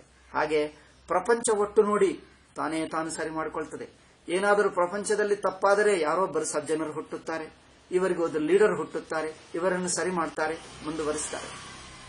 ನೋಡಿ, ಚಿಕ್ಕ ಮಕ್ಕಳು ಹುಟ್ಟುತ್ತಾರೆ, ಬೆಳೆಯುತ್ತಾರೆ, ಏನೋ ಸದ್ಗುಣಗಳನ್ನು ಕಲಿಯುತ್ತಾರೆ, ಮತ್ತೆ ಬೆಳೆಯುತ್ತಾರೆ, ಹೋಗ್ತಾರೆ. ಯಾರು ಕಲಿಯಲಿಲ್ಲವೋ ಕೆಟ್ಟವರಾಗ್ತಾರೆ, ಏನೋ ತಪ್ಪು ಮಾಡ್ತಾರೆ, ಜೈಲಿಗೆ ಹೋಗ್ತಾರೆ. ಜೈಲಿಗೆ ಹೋದ ನಂತರ ರಿಯಲೈಸ್ ಆಗ್ತಾನೆ. ಕೆಲವರಿಗೆ ನಂತರ ಪೆಟ್ಟು ತಿಂದ ನಂತರ ತಪ್ಪು ತಿಳ್ಕೊಳ್ತಾನೆ, ಅಯ್ಯೋ ನಾನು ದೊಡ್ಡ ತಪ್ಪು ಮಾಡಿದೆ, ನಮ್ಮ ಅಮ್ಮ ಅಪ್ಪಕ್ಕೆ ಎಷ್ಟು ತೊಂದರೆ ಕೊಟ್ಟೆ, ಇನ್ನು ಮೇಲೆ ಮಾಡಬಾರದು ಎಂದು ಜೈಲಿಗೆ ಹೋದ ನಂತರ ಕಲಿಯುತ್ತಾನೆ ಅಲ್ಲವೇ? ಕಲಿತುಕೊಂಡು ಸಜ್ಜನನಾಗ್ತಾನೆ. ಹಾಗೆ ಜನರು ತಾವೇ ತಪ್ಪು ಮಾಡ್ತಾರೆ, ತಪ್ಪು ಫಲ ಅನುಭವಿಸ್ತಾರೆ, ಅನುಭವಿಸಿದ ತಪ್ಪು ಎಂದು ತಿಳ್ಕೊಳ್ತಾರೆ, ತಿಳ್ಕೊಂಡು ತಪ್ಪು ಬಿಡ್ತಾರೆ, ಮತ್ತೆ ಸಜ್ಜನರಾಗ್ತಾರೆ. ಇದೆಲ್ಲ ಯಾರೊಬ್ಬರು ಮಾಡಬೇಕಾ? ಪ್ರಪಂಚ ಸೃಷ್ಟಿ ರಚನದಲ್ಲೇ ಇದೆ. ಜನರು ತಪ್ಪು ಮಾಡ್ತಾರೆ, ದುಃಖ ಅನುಭವಿಸ್ತಾರೆ, ಅಯ್ಯೋ ಆಯ್ತೆಂದು ಹೇಳ್ತಾರೆ. ಕೆಲವರು ಬೇಗ ಕಲಿತುಕೊಳ್ತಾರೆ, ಕೆಲವರು ಸ್ವಲ್ಪ ಕಷ್ಟಪಟ್ಟು ಕಲಿತುಕೊಳ್ತಾರೆ, ಕೆಲವರು ಭಯಂಕರ ಕಷ್ಟಗಳನ್ನು ಅನುಭವಿಸಿ ನರಳಿ ತಿಳ್ಕೊಳ್ತಾರೆ, ಕೈ ಕಾಲು ಮುರಿದು ಹೋದ ನಂತರ ತಿಳ್ಕೊಳ್ತಾರೆ. ಆಯ್ತು, ಆವಾಗ ಸಜ್ಜನನಾಗ್ತಾನೆ. ಅಂದರೆ ಮುಂದಿನ ಪೀಳಿಗೆ ಜನರಿಗೆ ಎಲ್ಲರನ್ನು ಸಜ್ಜನ ಮಾಡುವುದು ನಮ್ಮ ಕೈಯಲ್ಲಿದೆಯಾ? ಹಿಂದಿನ ಪೂರ್ವಜನ್ಮದಲ್ಲಿ ಸಂಸ್ಕಾರಗಳನ್ನು ತಗೊಂಡು ಬರ್ತಾರೆ. ಯಾರು ಯಾವ ಹಂತದಲ್ಲಿದ್ದಾರೋ ಗೊತ್ತಾಗಲ್ಲ. ಕೆಲವರು ಸಜ್ಜನರಾಗುವಷ್ಟು ಮುಂದಿನ ಸಾತ್ವಿಕ ಹಂತದಲ್ಲಿದ್ದಾರೆ, ಕೆಲವರು ರಾಜಸ ಹಂತದಲ್ಲಿದ್ದಾರೆ, ಕೆಲವರು ತಾಮಸ ಹಂತದಲ್ಲಿದ್ದಾರೆ. ಸಾತ್ವಿಕ ಹಂತದಲ್ಲಿದ್ದರೂ ಬೇಗ ಮುಕ್ತರಾಗ್ತಾರೆ. ರಾಜಸರು ಸ್ವಲ್ಪ ಕಲಿಯಬೇಕು, ಸ್ವಲ್ಪ ತಪ್ಪುಗಳು ಮಾಡಿ ದುಃಖ ಅನುಭವಿಸಿ ಅನ್ಯಾಯಕ್ಕೆ ಒಳಗಾಗಿ ಸಜ್ಜನ ಮಾಡಿ ಆಗ ಸಾತ್ವಿಕರಾಗ್ತಾರೆ. ಈಗ ಇನ್ನೂ ತಾಮಸರಿದ್ದಾರೆ, ತುಂಬಾ ಟೈಮ್ ತಗೊಂಡು ತಪ್ಪುಗಳು ಮಾಡಿ ನರಳಿ ತಪ್ಪುಗಳು ಮಾಡಿ ದುಃಖ ಅನುಭವಿಸಿ ಆವಾಗ ಬುದ್ಧಿ ಬಂತು. ಓಲ್ಡ್ ಏಜ್ ಬಂದ ನಂತರ 70-80 ವರ್ಷ ಬಂದ ನಂತರ ಅಯ್ಯೋ ತಪ್ಪು ಮಾಡಿದೆ ಅಂದ್ರೆ ಆವಾಗ ತಿಳ್ಕೊಳ್ತಾರೆ. ಕೆಲವರು ಅದು ತಿಳ್ಕೊಳ್ಳಲ್ಲ, ಮುಂದಿನ ಜನ್ಮ ಮಾಡಿ ಮತ್ತೆ ಅದೇ ತಪ್ಪು ಮಾಡಿ 2 ಸಲ, ಮತ್ತೆ ಮುಂದಿನ ಜನ್ಮ ಮಾಡಿ 3ನೇ ಜನ್ಮಕ್ಕೂ ತಪ್ಪು ತಿಳ್ಕೊಂಡು ಸರಿಯಾಗ್ತಾನೆ. ಇದು ಪ್ರಪಂಚದ ಪ್ರಕ್ರಿಯೆ, ತಾನೇ ನಡೆಯುತ್ತದೆ. ನಾವೇನು ಮಾಡ್ತೀವಿ? ಒಬ್ಬರನ್ನು ಈಗಲೇ ನಾನು ಸಜ್ಜನ ಮಾಡಿಬಿಡಬೇಕಂದ್ರೆ ನಮ್ಮ ಕೈಯಲ್ಲಿದೆಯಾ? ಯಾರನ್ನೇನು ಮಾಡಕ್ಕಾಗಲ್ಲ. ಪ್ರಪಂಚ ತಾನೇ ನಡೆಯುತ್ತದೆ. ಪ್ರಪಂಚದಲ್ಲಿ ಸೆಲ್ಫ್ ಕರೆಕ್ಷನ್ ಅದರಲ್ಲೇ ಇದೆ. ದುರ್ಜನರಾಗಿದ್ದರೆ ಸಜ್ಜನರು ಹುಟ್ಟುತ್ತಾರೆ, ಒಳ್ಳೆ ಲೀಡರ್ಗಳು ಹುಟ್ಟುತ್ತಾರೆ, ಅವರು ಬರುತ್ತಾರೆ, ಪ್ರಪಂಚ ನಡೆಯುತ್ತದೆ. ಸೀದಾ ಹೋಲ್ ಜಗತ್ ಎಸ್ ಎ ಒನ್ ಪ್ರಕ್ರಿಯೆ, ಒನ್ ಮಷಿನ್, ತಾನೇ ನಡೆಯುತ್ತದೆ. ನಾವು ಮಾಡಬೇಕಂದ್ರೆ ಮಾಡಕ್ಕಾಗ್ತದ? ಈ ಯಂತ್ರ ಉದಾಹರಣೆ ಎಷ್ಟಿದೆ ನೋಡಿ, ತಾನೇ. ಏಕೆಂದ್ರೆ ಪ್ರಪಂಚದಲ್ಲಿ ತಾಮೋಗುಣ ಹೇಗಿದೆಯೋ ರಜಗುಣ ಆಗಿದೆ, ರಜಗುಣ ಹೇಗಿದೆಯೋ ಸತ್ವಗುಣವೂ ಇದೆ. ಪ್ರಪಂಚ ಒಟ್ಟು ನೋಡಿ, ಎಲ್ಲ ಮಾನವ ಸಮಾಜ, ಮನುಷ್ಯರು ಒಟ್ಟು ಯಾರಾದರೂ ತಪ್ಪು ಮಾಡಿದ್ದರೆ ಅದೇ ಸಮಾಜದಲ್ಲಿ ಯಾರೋ ಒಬ್ಬರು ಸಜ್ಜನ ಹುಟ್ಟುತ್ತಾರೆ, ಅವರಿಗೆ ಒಳ್ಳೆಯ ಲೀಡರ್ ಆಗ್ತಾನೆ, ಅವರಿಗೆ ಸರಿ ಮಾಡ್ತಾನೆ, ಮುಂದುವರಿಯುತ್ತದೆ ಪ್ರಪಂಚ ಚಕ್ರ ಮುಂದುವರಿಯುತ್ತದೆ. ಯಾರೊಬ್ಬ ಇಂಡಿವಿಜುವಲ್ ಇನೆವಿಟಬಲ್ ಅಲ್ಲ. ನಾನೊಬ್ಬನೇ ಮುಖ್ಯವಲ್ಲ, ನಾನು ಸಮಾಜವನ್ನು ಬದಲಾಯಿಸಬೇಕು, ನಾನಿಲ್ಲದಿದ್ದರೆ ಪ್ರಪಂಚಕ್ಕೆ ಯಾರು ಗತಿ, ಏನು ಚಿಂತೆ ಇಲ್ಲ. ಉದಾಹರಣೆ ನೋಡಿಕೊಂಡು, ನಾವು ಹುಟ್ಟುವಕ್ಕೆ ಮುಂಚೆ ಪ್ರಪಂಚವೇನಾಯಿತು? ನಾವು ಸತ್ತು ಹೋದ ನಂತರ ಪ್ರಪಂಚ ಚಿಂತೆ ಇರುತ್ತದೆ? ಪ್ರಪಂಚ ಏನಾಗ್ತದೋ ಅವ್ರು ನೋಡ್ಕೊಳ್ತಾರೆ, ಇಲ್ಲಿರುವವರಿದ್ದಾರೆ ಅವ್ರು ನೋಡ್ಕೊಳ್ತಾರೆ. ನಾವೇನ್ ಮಾಡ್ತೀವಿ? ನಾವು ಪ್ರಾಣ ಬಿಟ್ಟ ನಂತರ ಪ್ರಪಂಚವನ್ನು ನೋಡ್ತೀವಾ? ನೋಡುವಕ್ಕೆ ಉಳಿಯುತ್ತೀವಾ? ಏನು ಮಾಡಕ್ಕಾಗ್ತದೆ? ಆಯ್ತು, ಬದುಕಿರುವಾಗಲಾದರೂ ಪ್ರಪಂಚ ಹೀಗಾಗಬೇಕು ಆಗಬೇಕು, ಮಾಡಿ ಮಾಡಕ್ಕಾಗಲ್ಲ. ಆಗದಿದ್ದರೆ ಹೇಗೆ ಚಿಂತ? ನಮ್ಮಲ್ಲಿ ಎಷ್ಟು ಶಕ್ತಿ ಇದೆಯೋ ಅಷ್ಟು ಮಾಡ್ತೀವಿ ಹೊರತು ಅದಕ್ಕಿಂತ ಹೆಚ್ಚು ಏಕೆ ಮಾಡುವುದಕ್ಕೆ ಟೆನ್ಷನ್ನೇ ಹೊರತು ಅದರಿಂದ ಏನಾಗಲ್ಲ. ಕೆಲವರು ನೋಡಿ, ಚಿಕ್ಕ ಮಗು ಏನೋ ಅವರಿವರ ಜೊತೆಗೆ ಜಗಳ ಮಾಡ್ತಾನೆ. ಒಂದು ಉದಾಹರಣೆ ಹೇಳ್ತೀನಿ ನೋಡಿ. ಸಣ್ಣ ಮಕ್ಕಳು ಹೋಗಿ 5 ವರ್ಷ 5, 6 ವರ್ಷ 7 ವರ್ಷ 8 ವರ್ಷ ಹುಡುಗರು ಹೋಗಿ ಅವ್ರ ಜೊತೆಗೆ ಜಗಳ ಮಾಡ್ತಾರೆ. ತನ್ನ ಸ್ನೇಹಿತರು ಆಟ ಆಡಿಕೊಳ್ಳುವುದು, ಅಮ್ಮ ಅವರು ಹೀಗೆ ಮಾಡಿದ, ಅಪ್ಪ ಹೀಗೆ ಮಾಡಿದ, ಬಂದು ಕಂಪ್ಲೇಂಟ್ ಮಾಡ್ತಾರೆ. ಅದಕ್ಕೆ ಪರಿಹಾರವೇನು? ಅವರು ಜಗಳ ಮಾಡ್ತಾನೆ, ಅಳುತ್ತಾನೆ, ಬರ್ತಾನೆ, ಮತ್ತೆ ಜಗಳ ಮಾಡ್ತಾನೆ, ಅಳುತ್ತಾನೆ, ಬರ್ತಾನೆ. ಒಂದು ದಿವಸ ಇವನು ಹೊಡೆಯುತ್ತಾನೆ, ಇವನಿಂದ ಹೊಡಿಸಿಕೊಂಡು ಬರ್ತಾನೆ. ಏನಾದರೂ ಪರಿಹಾರವಿದೆಯಾ? ಏನಿಲ್ಲ. ಕಾಲ ಕಲಿಯಲಿ, ಅವನೇ ಬೆಳೆಯುತ್ತಾನೆ, ಆ ಜಗಳ ಬಿಡುತ್ತಾನೆ, ಒಳ್ಳೆಯದಾಗ್ತಾನೆ, ಮುಗಿಯುತ್ತದೆ ಅಷ್ಟೇ. ಅದರಿಂದ ಪ್ರಪಂಚದಲ್ಲಿ ಕೆಲವು ವಿಷಯಗಳು ಪರಿಹಾರ ಮಾಡಕ್ಕಾಗಲ್ಲ. ಅದು ಅನುಭವಿಸುವುದಕ್ಕೆ ಬಂದಿವೆ. ಅನುಭವಿಸಿ ಅದರ ತಪ್ಪೇನೋ ತಿಳ್ಕೊಳ್ಳುವುದಕ್ಕೆ ಬಂದಿವೆ. ಅದರಿಂದ ಯಾವ ತಪ್ಪಾಗಬಾರದು, ಯಾರಿಗೆ ಕಷ್ಟ ಇರಬಾರದು, ಯಾರಿಗೆ ನೋವಾಗಬಾರದು ಅಂದ್ರೆ ಮೂರ್ಖತನ. ಅಂತದ್ದಿಲ್ಲವೇ ಇಲ್ಲ. ಕಷ್ಟಗಳು ಬರುತ್ತವೆ, ದುಃಖಗಳು ಬರುತ್ತವೆ, ಅದರಿಂದ ಕಳೆಯುತ್ತಾರೆ, ಮುಂದುವರಿಯುತ್ತಾರೆ, ಪ್ರಪಂಚ ನಡೆಯುತ್ತದೆ. ದುಃಖಗಳು ಅದಕ್ಕೋಸ್ಕರನೇ ಇವೆ, ಅನ್ಯಾಯಗಳು ಅದಕ್ಕೋಸ್ಕರನೇ ಇವೆ ಅಲ್ಲವೇ? ಅಂದ್ರೆ ಪ್ರಪಂಚ it self is A full fledged system. ಪ್ರಪಂಚ ಬ್ರಹ್ಮದೇವ ಎನ್ನುವುದು ಫುಲ್ ಫ್ಲೆಡ್ಜ್ಡ್ ಸಿಸ್ಟಮ್, ಪರಿಪೂರ್ಣ ಒಂದು ವ್ಯವಸ್ಥೆ ಮಾಡಿದ್ದಾರೆ. ಇದರಲ್ಲಿ ಜೀವರು ಹುಟ್ಟುತ್ತಾರೆ, ತಾನೇ ಬೆಳೆಯುತ್ತಾರೆ, ಒಳ್ಳೆಯದೋ ಕೆಟ್ಟದೋ ಕಲ್ತುಕೊಳ್ತಾರೆ.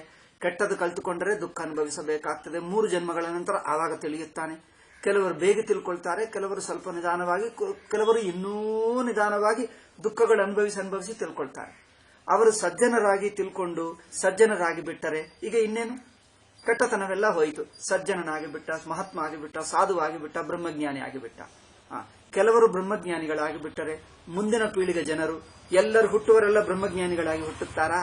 ಇದೆಲ್ಲ ಯುರೋಪಿಯನ್ ಮೂರ್ಖತ, ವೆಸ್ಟರ್ನ್ ಮೂರ್ಖತ. ಏನಂದ್ರೆ ನಾವೇನೋ ಹೊಸ ಸಿವಿಲೈಸೇಷನ್ ಡೆವಲಪ್ ಮಾಡಿದ್ದರೆ ಮುಂದಿನ ಜನರೇಷನ್ ಎಲ್ಲ ಸಜ್ಜನರಾಗ್ತಾರೆ. ಹೋಲ್ ಯುರೋಪ್ ಹುಚ್ಚು, ಯುರೋಪ್ ಅದು, ಹೋಲ್ ಅಮೆರಿಕ. ಏಕೆಂದ್ರೆ ಆ ಮೆಂಟಲ್ ಕೇಸು ಫಿಲಾಸಫಿನಿಂದ ಹೀಗೆ ಆಗುತ್ತದೆ. Okay, so they think like that. World ಏನೋ ಒಂದು ಪಾಯಿಂಟ್ನಿಂದ ಹುಟ್ಟಿದೆ. ಅವರೇನು ಹೇಳ್ತಾರೆ? ಎಲ್ಲರೂ ಅದೇನು ಕೋತಿ, ಅದೇನು ಹೇಳ್ತಾರಪ್ಪ ಕೋತಿಗೆ, ಯಾವುದೋ ಒಂದು ಕೋತಿ ಇತ್ತು. ಆ ಕೋತಿನಿಂದ ಎಲ್ಲರೂ ಮನುಷ್ಯರಾಗಿದ್ದರಂತೆ. ಮೊದಲು ಕಾಡು ಮನುಷ್ಯರಾಗಿರುವಾಗ ಎಲ್ಲರೂ ಒಂದು ಬಗೆ ಇರುತ್ತಾರಂತೆ. ನಂತರ ಎಲ್ಲರಿಗೂ ಸಂಸ್ಕಾರ ಬದಲಾಯಿಸುತ್ತದಂತೆ. ಅಂದರೆ ಒಟ್ಟು ಸಮಾಜ ಒಟ್ಟಿಗೆ ಸಜ್ಜನರಾಗುವುದು, ಒಟ್ಟು ಸಮಾಜ ಒಟ್ಟಿಗೆ ಕಲ್ಚರ್ಡ್ ಆಗುವುದು ಎಲ್ಲರೂ ನೋಡಿದ್ದೀವ? ಇದು ಒಂದು ಡ್ರೀಮ್, ಅದೊಂದು ಯುಟೋಪಿಯಾ ಆಫ್ ದ ವೆಸ್ಟರ್ನರ್ಸ್. ಹೇಳ್ತಾರೆ ಓಲ್ ಸಮಾಜ ಸಜ್ಜನರಾಗ್ತಾರೆ, ಓಲ್ ಸಮಾಜ ಸಂಸ್ಕಾರವಂತರಾಗ್ತಾರೆ. ಅವರು ಏನು ಯೋಚನೆ ಮಾಡ್ತಾ ಇದ್ದಾರೆ ಅಂದ್ರೆ, ಮನುಷ್ಯರಲ್ಲಿ ಕೆಟ್ಟ ಗುಣಗಳು ಏಕಿವೆ? ಬಿಕಾಸ್ ಮನುಷ್ಯ ಕಾಡಿನಿಂದ ಬಂದ, ಕಾಡಿನಿಂದ ನಾವು ಕಲ್ಚರ್ ಆಗ್ತಾ ಇದ್ದೀವಿ. ಆಲ್ ಸಮಾಜ, ಆಲ್ ಪ್ರಪಂಚ ಕಲ್ಚರ್ ಆಗ್ತದೆ, ಆಲ್ ಪ್ರಪಂಚ ಕಲ್ಚರ್ ಆಗ್ತದೆ, ಆಲ್ ಪ್ರಪಂಚ ಸಜ್ಜನರಾಗಿ ಬಿಡುತ್ತಾರೆ. ಈಗ ಇನ್ನು ಮೇಲೆ ಯಾರು ಮೋಸವೂ ಅನ್ಯಾಯಗಳು ಏನಿರುವುದಿಲ್ಲ. ಹೀಗಾಗುತ್ತದೆ ಯಾವುದಾದ್ರು? ದಿಸ್ ಇಸ್ ಆಲ್ ರಿಡಿಕ್ಯುಲಸ್ ಅಲ್ಲವೇ? ನೋಡಿ ನಮ್ಮ ಮಾನವ ಸಮಾಜ, ಹಿಂದೂ ಸಮಾಜ ಹೇಗೆ ಹೇಳ್ತಾರೆ ಅಂದ್ರೆ, ಹಳೆ ಜನರು ಹುಟ್ಟಿದರು, ಇವರು ಬೆಳೆಯುತ್ತಾರೆ, ತಪ್ಪು ಮಾಡ್ತಾರೆ, ತಪ್ಪು ತಿಳ್ಕೊಳ್ತಾರೆ, ಸಜ್ಜನರಾಗ್ತಾರೆ, ಅವರು ಹೋಗ್ತಾರೆ. ಹಿಂದಿನ ಜನರು ಬರ್ತಾರೆ, ಅವರಲ್ಲಿ ಕೆಲವರು ಮುಂದುವರಿಯುತ್ತಾರೆ. ಇದು ಅನಂತರ ಪ್ರಾಸೆಸ್. ನೀವು ಹುಟ್ಟಿದ್ದೀರಿ, ಏನೋ ಸಮಾಜದಲ್ಲಿ ಭಾಷಾ ಕಲಿತುಕೊಂಡಿರಿ, ಪುಸ್ತಕ ಕಲಿತುಕೊಂಡಿರಿ, ವಿದ್ಯೆ ಕಲಿತುಕೊಂಡಿದ್ದೀರಿ. ಮುಂದಿನ ಪೀಳಿಗೆಯಿಂದ ನಾವೆಲ್ಲರೂ ವಿದ್ಯಾವಂತರಾದರೆ ಮುಂದಿನ ಪೀಳಿಗೆಯಿಂದ ಎಲ್ಲಾ ಜನರು ಹುಟ್ಟುವನಿಂದಲೇ ಜ್ಞಾನಿಗಳಾಗಿ ಹುಟ್ಟುತ್ತಾರೆ ಏನು? ಈಗ ಶಾಲೆನೇ ಬೇಕಾಗಿಲ್ಲ. ಹೀಗೆ ಆಗುತ್ತದೆ? ಮತ್ತೆ ಎಲ್ಲರೂ ಕಲಿಯಬೇಕು. ನೀವು ಕಲಿತುಕೊಂಡಿದ್ದು ತಪ್ಪು, ಅಯ್ಯೋ ಇದು ತಪ್ಪಾಯಿತು, ಹೀಗೆ ಮಾಡಬಾರದಿತ್ತು ಎಲ್ಲ ಕಲಿತುಕೊಂಡು ನೀವು ಹೋಗಿದ್ದೀರಿ. ಮುಂದಿನ ಪೀಳಿಗೆ ಮತ್ತೆ ಅವರೆಲ್ಲದೇ ತಪ್ಪು ಮಾಡ್ತಾರೆ, ಅದೇ ಮಾಡಿ ಮತ್ತೆ ಇದಕ್ಕೇನು ಪರಿಹಾರ? ಎಲ್ಲರೂ ಕಲಿತುಕೋ, ತಪ್ಪು ಮಾಡು, ತಪ್ಪು ಏನು ತಿಳ್ಕೋ, ಸರಿ ಮಾಡ್ಕೋ, ಮುಂದುವರಿಯು. ಇದೆಲ್ಲ ಎಲ್ಲರೂ everybody has to go through. ಒಬ್ಬನು ಸಾಧಿಸಿದ್ದರೆ ಇನ್ನೊಬ್ಬರಿಗೆ ಬರಲ್ಲ. ನೀವು ವೇದಾಂತ ಕಲಿತುಕೊಂಡರೆ ನಿಮಗೆ ಹುಟ್ಟುವ ಮಗುವೆ ಹುಟ್ಟಿದನಿಂದಲೇ ವೇದಾಂತಿ ಆಗಲ್ಲ, ಆಗ್ತಾನ? ಆದ್ದರಿಂದ ಪ್ರಪಂಚ ಎನ್ನುವುದು ಒಂದು ಚಕ್ರ, ತಿರುಗುತ್ತಾ ಇರುತ್ತದೆ. ಜನರು ಬರುತ್ತಾರೆ, ಕೆಲವರು ಸರಿ ಮಾಡ್ತಾರೆ. ಇದರಲ್ಲಿ ಸಜ್ಜನರು ಇರುತ್ತಾರೆ, ಸಾತ್ವಿಕರು ಇರುತ್ತಾರೆ, ಮಧ್ಯಮರು ಇರುತ್ತಾರೆ, ಅಧಮರಿರುತ್ತಾರೆ. ಇದು ಪ್ರಪಂಚ ನಡೆಯುತ್ತದೆ. ಆದ್ದರಿಂದ ಈ ಪ್ರಪಂಚದಲ್ಲಿ ಒಂದು ದಿವಸ ಪರಿಹಾರ ಮಾಡಿಬಿಡ್ತೀವಿ, ಒಂದು ದಿವಸ ಆಲ್ ಪ್ರಾಬ್ಲಮ್ಸ್ ಎಲ್ಲ ಒಂದೇ ದಿವಸ ಮುಗಿದು ಬಿಡ್ತವೆ. ಇದೆಲ್ಲ ವೆಸ್ಟರ್ನ್ ಯುರೋಪಿಯನ್ ಥಿಂಕಿಂಗ್. ಪ್ರಪಂಚವೆಲ್ಲ ಒಟ್ಟಿಗೆ ಮೂವ್ ಆಗುತ್ತದೆ ಅನ್ಕೊಳ್ತಾ. ಅದಕ್ಕೋಸ್ಕರ ಏನು ಹೇಳ್ತಾರೆ? ಬಿಸಿಯಲ್ಲಿರುವಾಗ ಎಲ್ಲರ ಅಜ್ಞಾನಿಗಳಿದ್ದರು, ಏಜ್ ಆಫ್ ಡಾರ್ಕ್ನೆಸ್ ಬಂತು. ಈಗ ಯೇಸು ಹುಟ್ಟಿದ ನಂತರ ಎಲ್ಲಾ ಜ್ಞಾನ ಶುರುವಾಗ್ತಾ ಇದೆ. ಈಗ 20ನೇ ಶತಮಾನಕ್ಕೆ ಬಂದಿದ್ದೀವಿ, 21ನೇದು, ಇಷ್ಟು ಜನರು ಸರಿಯಾಗಿದ್ದರು. ಈ ಬುದ್ಧಿಯಿಂದಲೇ ನೀವು ನೋಡಿದ್ದೀರಾ ಜನರು ಹೇಗೆ ಮಾತಾಡ್ತಾರ. ಈಗಬ್ಬ 20ನೇ ಶತಮಾನದಲ್ಲಿಯೂ ಮನುಷ್ಯರು ಇಷ್ಟು ಕ್ರೂರವಾಗಿದ್ದಾರೆ, ಇಷ್ಟು ಕಳ್ಳತನ ನಡೆಯುತ್ತಾ ಇದೆಯಾ, ಇನ್ನೂ ಹತ್ಯೆ ನಡೆಯುತ್ತಾ ಇದೆಯಾ, ಇನ್ನೂ ರೇಪ್ ನಡೆಯುತ್ತಾ ಇದೆಯಾ ಅಂದ್ರೆ ಅರ್ಥವೇನು? ಶತಮಾನ ಬದಲಾಯಿಸಿದ್ದರೆ ರೇಪ್ಗಳು ಹತ್ಯೆಗಳೆಲ್ಲ ನಿಂತು ಹೋಗಬೇಕಾ ಏನು? ಎಲ್ಲರೂ ಸ್ವಾರ್ಥಪರತ ಹುಟ್ಟಿದನಿಂದಲೇ ಎಲ್ಲರೂ ನಿಸ್ವಾರ್ಥರಾಗಿ ಹುಟ್ಟಬೇಕಾ? 23ನೇ ಶತಮಾನದಲ್ಲಿ ಎಲ್ಲರೂ ಹುಟ್ಟುವಿಕೆನಿಂದಲೇ ನಿಸ್ವಾರ್ಥರಾಗಿ ಬ್ರಹ್ಮಜ್ಞಾನಿಗಳಾಗಿ ಹುಟ್ಟುತ್ತಾರಾ ಏನು? ಇದೆಲ್ಲ ಯುರೋಪಿಯನ್ ಮೂರ್ಖತ. ದೇ ಥಿಂಕ್ ದಟ್ ವರ್ಲ್ಡ್ ಈ ತರಹ ಪೇಪರ್ ಮೇಲೆ ಬರೆದಿರುವ ಹಾಗೆ ಬೆಳೆಯುತ್ತಾ ಇದೆ ಅನ್ಕೊಳ್ತಾ ಇದ್ದಾರೆ. ಅವರು ಇಂಡಿವಿಜುವಲ್ ಕರೆಕ್ಷನ್ ಮಾಡುವಕ್ಕೆ ಹೋಗಲ್ಲ. ಹೋಲ್ ಸೊಸೈಟಿ ಲಾ ಮಾಡಿಬಿಡು ಎಲ್ಲರೂ ಚೇಂಜ್ ಆಗ್ತಾರೆ. ಈಗಲೂ ನಾವು ಅದೇ ಮಾಡ್ತೀವಿ. ಲಾ ಹೀಗಿರಬೇಕು. ಲಾ ಎಷ್ಟಾದ್ರೂ ಮಾಡ್ಕೋ, ಜನರಿಗೆ ಸಂಸ್ಕಾರ ಬೇಕು. ಲಾ ಮಾಡಿಬಿಟ್ರೆ ಜನರೆಲ್ಲ ಬದಲಾಯಿಸಿಬಿಡ್ತಾರ? ಏನಪ್ಪ, ನೀವು ಸಜ್ಜನರಾಗಿಬಿಟ್ರೆ ನೀವು ಹುಟ್ಟು ಮಗುವೆಲ್ಲ ಬ್ರಹ್ಮಜ್ಞಾನವಾಗಿ ಹುಟ್ಟುತ್ತಾನೆ ಏನು? ನೀವು ಇಷ್ಟೆಲ್ಲ ವೇದಾಂತ ಓದಿ ನಿಧಿಧ್ಯಾಸನ ಮಾಡಿಬಿಟ್ರೆ ನಿನ್ನ ಮಗು ನಿಧಿಧ್ಯಾಸನದಿಂದಲೇ ಹುಟ್ಟುತ್ತಾನೆ ಏನು? ಅವನು ಅದೇ ತಪ್ಪುಗಳು ಮಾಡ್ತಾನೆ. ಅವರು ಅಜ್ಞಾನ, ಜ್ಞಾನ, ರಾಗ, ದ್ವೇಷ ಎಲ್ಲ ಅಂದರೆ ಈಚ್ ಇಂಡಿವಿಜುವಲ್ ಪಡ್ಕೊಳ್ಳಬೇಕು. ಅವನು ಹೋಗುತ್ತಾನೆ, ಮತ್ತೆ ಹೊಸ ಜೀವರು ಬರುತ್ತಾರೆ, ಮತ್ತೆ ಅವರೆಲ್ಲ ಹಾಗಿರುತ್ತಾರೆ. ಇದೆಲ್ಲ ನಿರಂತರ ಅನಾದಿ ಅನಂತ ಪ್ರಕ್ರಿಯೆ. ಅನಾದಿ ಅನಂತ. ಇದಕ್ಕೆ ಒಂದು ಬಿಗಿನಿಂಗ್ ಇಲ್ಲ, ಎಂಡಿಂಗ್ ಇಲ್ಲ, ಯಾರು ಪರ್ಮನೆಂಟ್ ಇಲ್ಲ. ಪ್ರಪಂಚ ಮುಗಿಯುವುದಿಲ್ಲ, ಪ್ರಪಂಚ ಶುರುವಾಗುವುದಿಲ್ಲ. ಓಕೆ, ಪ್ರಪಂಚ ಶುರುವಾಗಲ್ಲ, ಮುಗಿಯುವುದಿಲ್ಲ. ಇದೆಲ್ಲ ಒಂದು ಕನಸು ಹಾಗೆ ನಡೆಸುತ್ತದೆ. ನೀವು ಕನಸಿನಲ್ಲಿದ್ದೀರಿ. ಕನಸು ಯಾವಾಗಲೂ ಶುರುವಾಗಿದ್ದು ನೋಡಿದ್ದೀರಾ?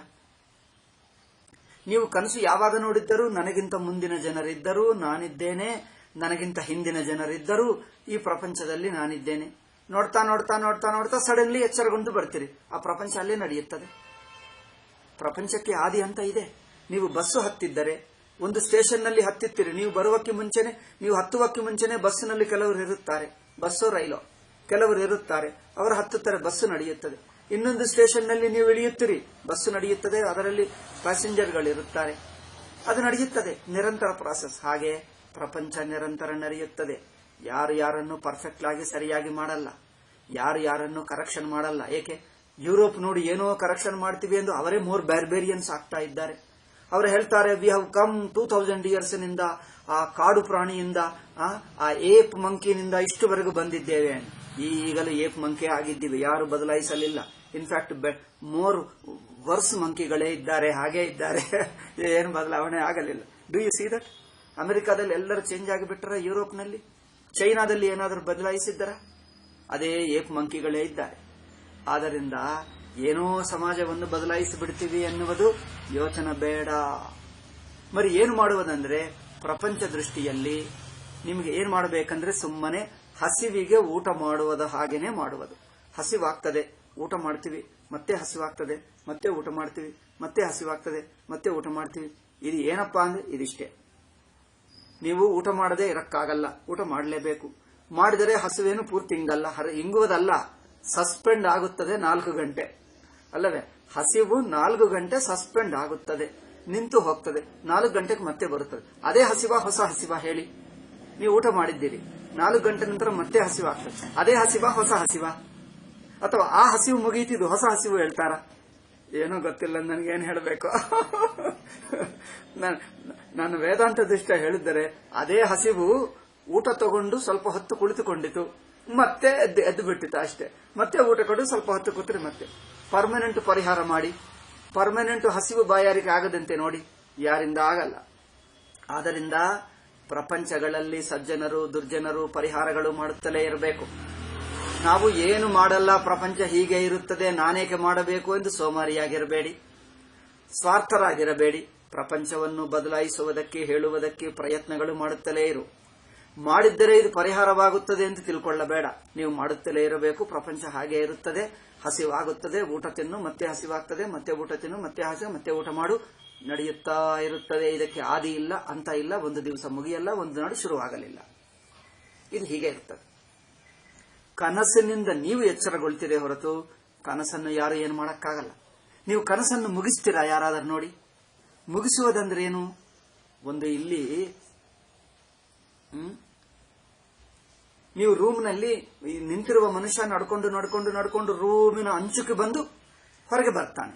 ಹಾಗೆ ಕನಸು ನೋಡಿ ನೋಡಿ ನೋಡಿ ಮುಗಿದು ಬಿಟ್ಟಿರೋ ಕನಸುಗಳೆಲ್ಲ, ಪದಾರ್ಥಗಳು, ಮರಗಳು, ಗಿಡಗಳು, ಬೆಟ್ಟಗಳು, ನದಿಗಳೆಲ್ಲ ಮುಚ್ಚಿ ಹೋಯಿತು, ಖಾಲಿ ಖಾಲಿ ಆಯ್ತು ಎಂದು. ಕನಸನ್ನು ಖಾಲಿ ಆಗುವುದು ಯಾರಾದರೂ ನೋಡಿದ್ದಾರೆ?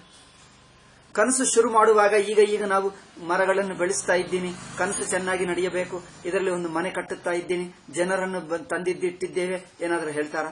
ಯಾವಾಗ ನೋಡಿದ್ರು ಕನಸಿನಲ್ಲಿ ಎಷ್ಟೋ ಜನರಿದ್ದಾರೆ, ಎಲ್ಲಾ ಮನೆಗಳಿವೆ, ಒಬ್ಬರು ಕಟ್ಟುತ್ತಾ ಇದ್ದಾರೆ, ಒಬ್ಬ ಮನೆ ಏನಾಗುತ್ತಾ ಇದೆ, ಒಡೆದು ಹೋಗ್ತಾ ಇದೆ, ಒಂದು ಕಟ್ಟುತ್ತಾ ಇದ್ದಾರೆ, ಕೆಲವರು ಮನುಷ್ಯರು ಸತ್ತು ಹೋಗ್ತಾ ಇದ್ದಾರೆ, ಕೆಲವರು ಹುಟ್ಟುತ್ತಾ ಇದ್ದಾರೆ, ಕೆಲವರು ಬೆಳೆಯುತ್ತಾ ಇದ್ದಾರೆ.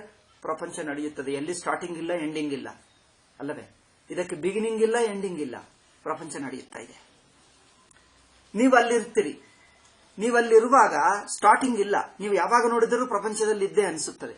ಹೀಗೆ ನೋಡ್ತಾ ನೋಡ್ತಾ ನೋಡ್ತಾ ಸಡನ್ಲಿ ಪ್ರಪಂಚ ಬಿಟ್ಟು ಬರ್ತೀರಿ. ಆ ಪ್ರಪಂಚ ಏನಾಗ್ತದೆ ಗೊತ್ತಿಲ್ಲ, ಏನಾಗ್ತದೆ ಗೊತ್ತಿಲ್ಲ.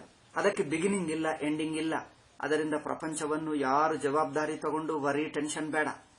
ನಿಮ್ಮ ಕರ್ತವ್ಯ ಮಾಡುತ್ತಾ ಇರಿ, ನಿಮ್ಮ ಮನಸ್ಸನ್ನು ಶುದ್ಧಿಗೊಳಿಸ್ತಾ ಇರಿ. ನಾನು ನನ್ನದು ಅಭಿಮಾನ ಬಿಡಿ, ಕನಸಿನಿಂದ ಹೊರಗೆ ಬರ್ತೀರಿ. ಅಯ್ಯೋ ನಾನು ಹೊರಗೆ ಬಂದೆ, ಪಾಪ ಕನಸಿನಲ್ಲಿದ್ದಾರಲ್ಲ, ಅವರಿಗೆಲ್ಲ ಅಜ್ಞಾನಿಗಳಿದ್ದಾರೆ, ಅವರಿಗೆ ವೇದಾಂತ ಹೇಳಬೇಕೆ ಅಂದ್ರೆ ಅವರಿಗೆ ವೇದಾಂತ ಹೇಳ್ತೀರಾ?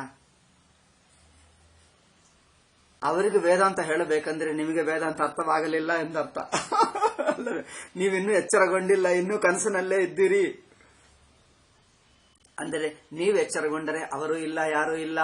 ಆ ಅನಿಸಿಕೆ ಇದೆ, ಅನಿಸಿಕೆ ಬಿಟ್ಟರೆ ಯಾರೂ ಇಲ್ಲ, ಅನಿಸಿಕೆ ಇದ್ದರೆ ಎಲ್ಲರೂ ಅಲ್ಲೇ ಇದ್ದಾರೆ. ಆದ್ದರಿಂದ ಪ್ರಪಂಚವನ್ನು ಏನೋ ಮಾಡ್ತೀವಿ, ಏನೋ ಬದಲಾಯಿಸ್ತೀವಿ, ಏನೋ ಇದು ಯಾವುದು ಲೌಕಿಕ ಆಸೆಗಳು ಬೇಡ.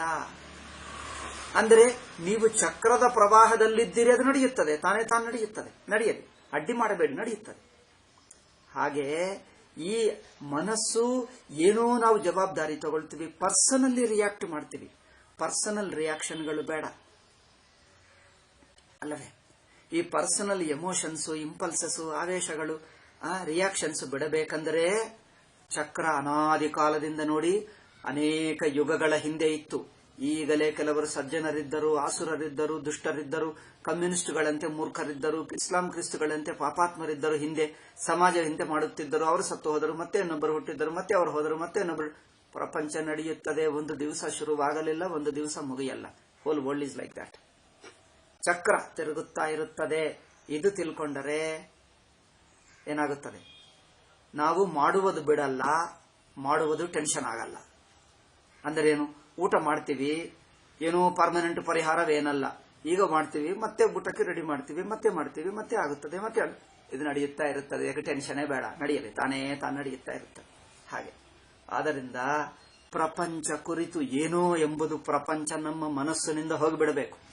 ಕುಳಿತಿರಬಾರದು ಪ್ರಪಂಚದ ಘಟನೆಗಳು, ವಸ್ತುಗಳು, ಆದರ್ಶಗಳು, ಮನುಷ್ಯರು, ನಾನು ಅಷ್ಟೇ ಹುಟ್ಟಿದೆ, ಕೆಲವು ದಿವಸ ಇರ್ತೀನಿ, ನನಗಿದೇ ಅನಿಸುತ್ತಿತ್ತು. ಇನ್ಫ್ಯಾಕ್ಟ್ ನನಗೆ ವೇದಾಂತ ಶುರುವಾಯಿತು ಇದೆ ಚಿಕ್ಕನಾಗಿರುವಾಗ, 7th 8th ಕ್ಲಾಸ್ನಲ್ಲಿದೆ ಅನಿಸುತ್ತದೆ.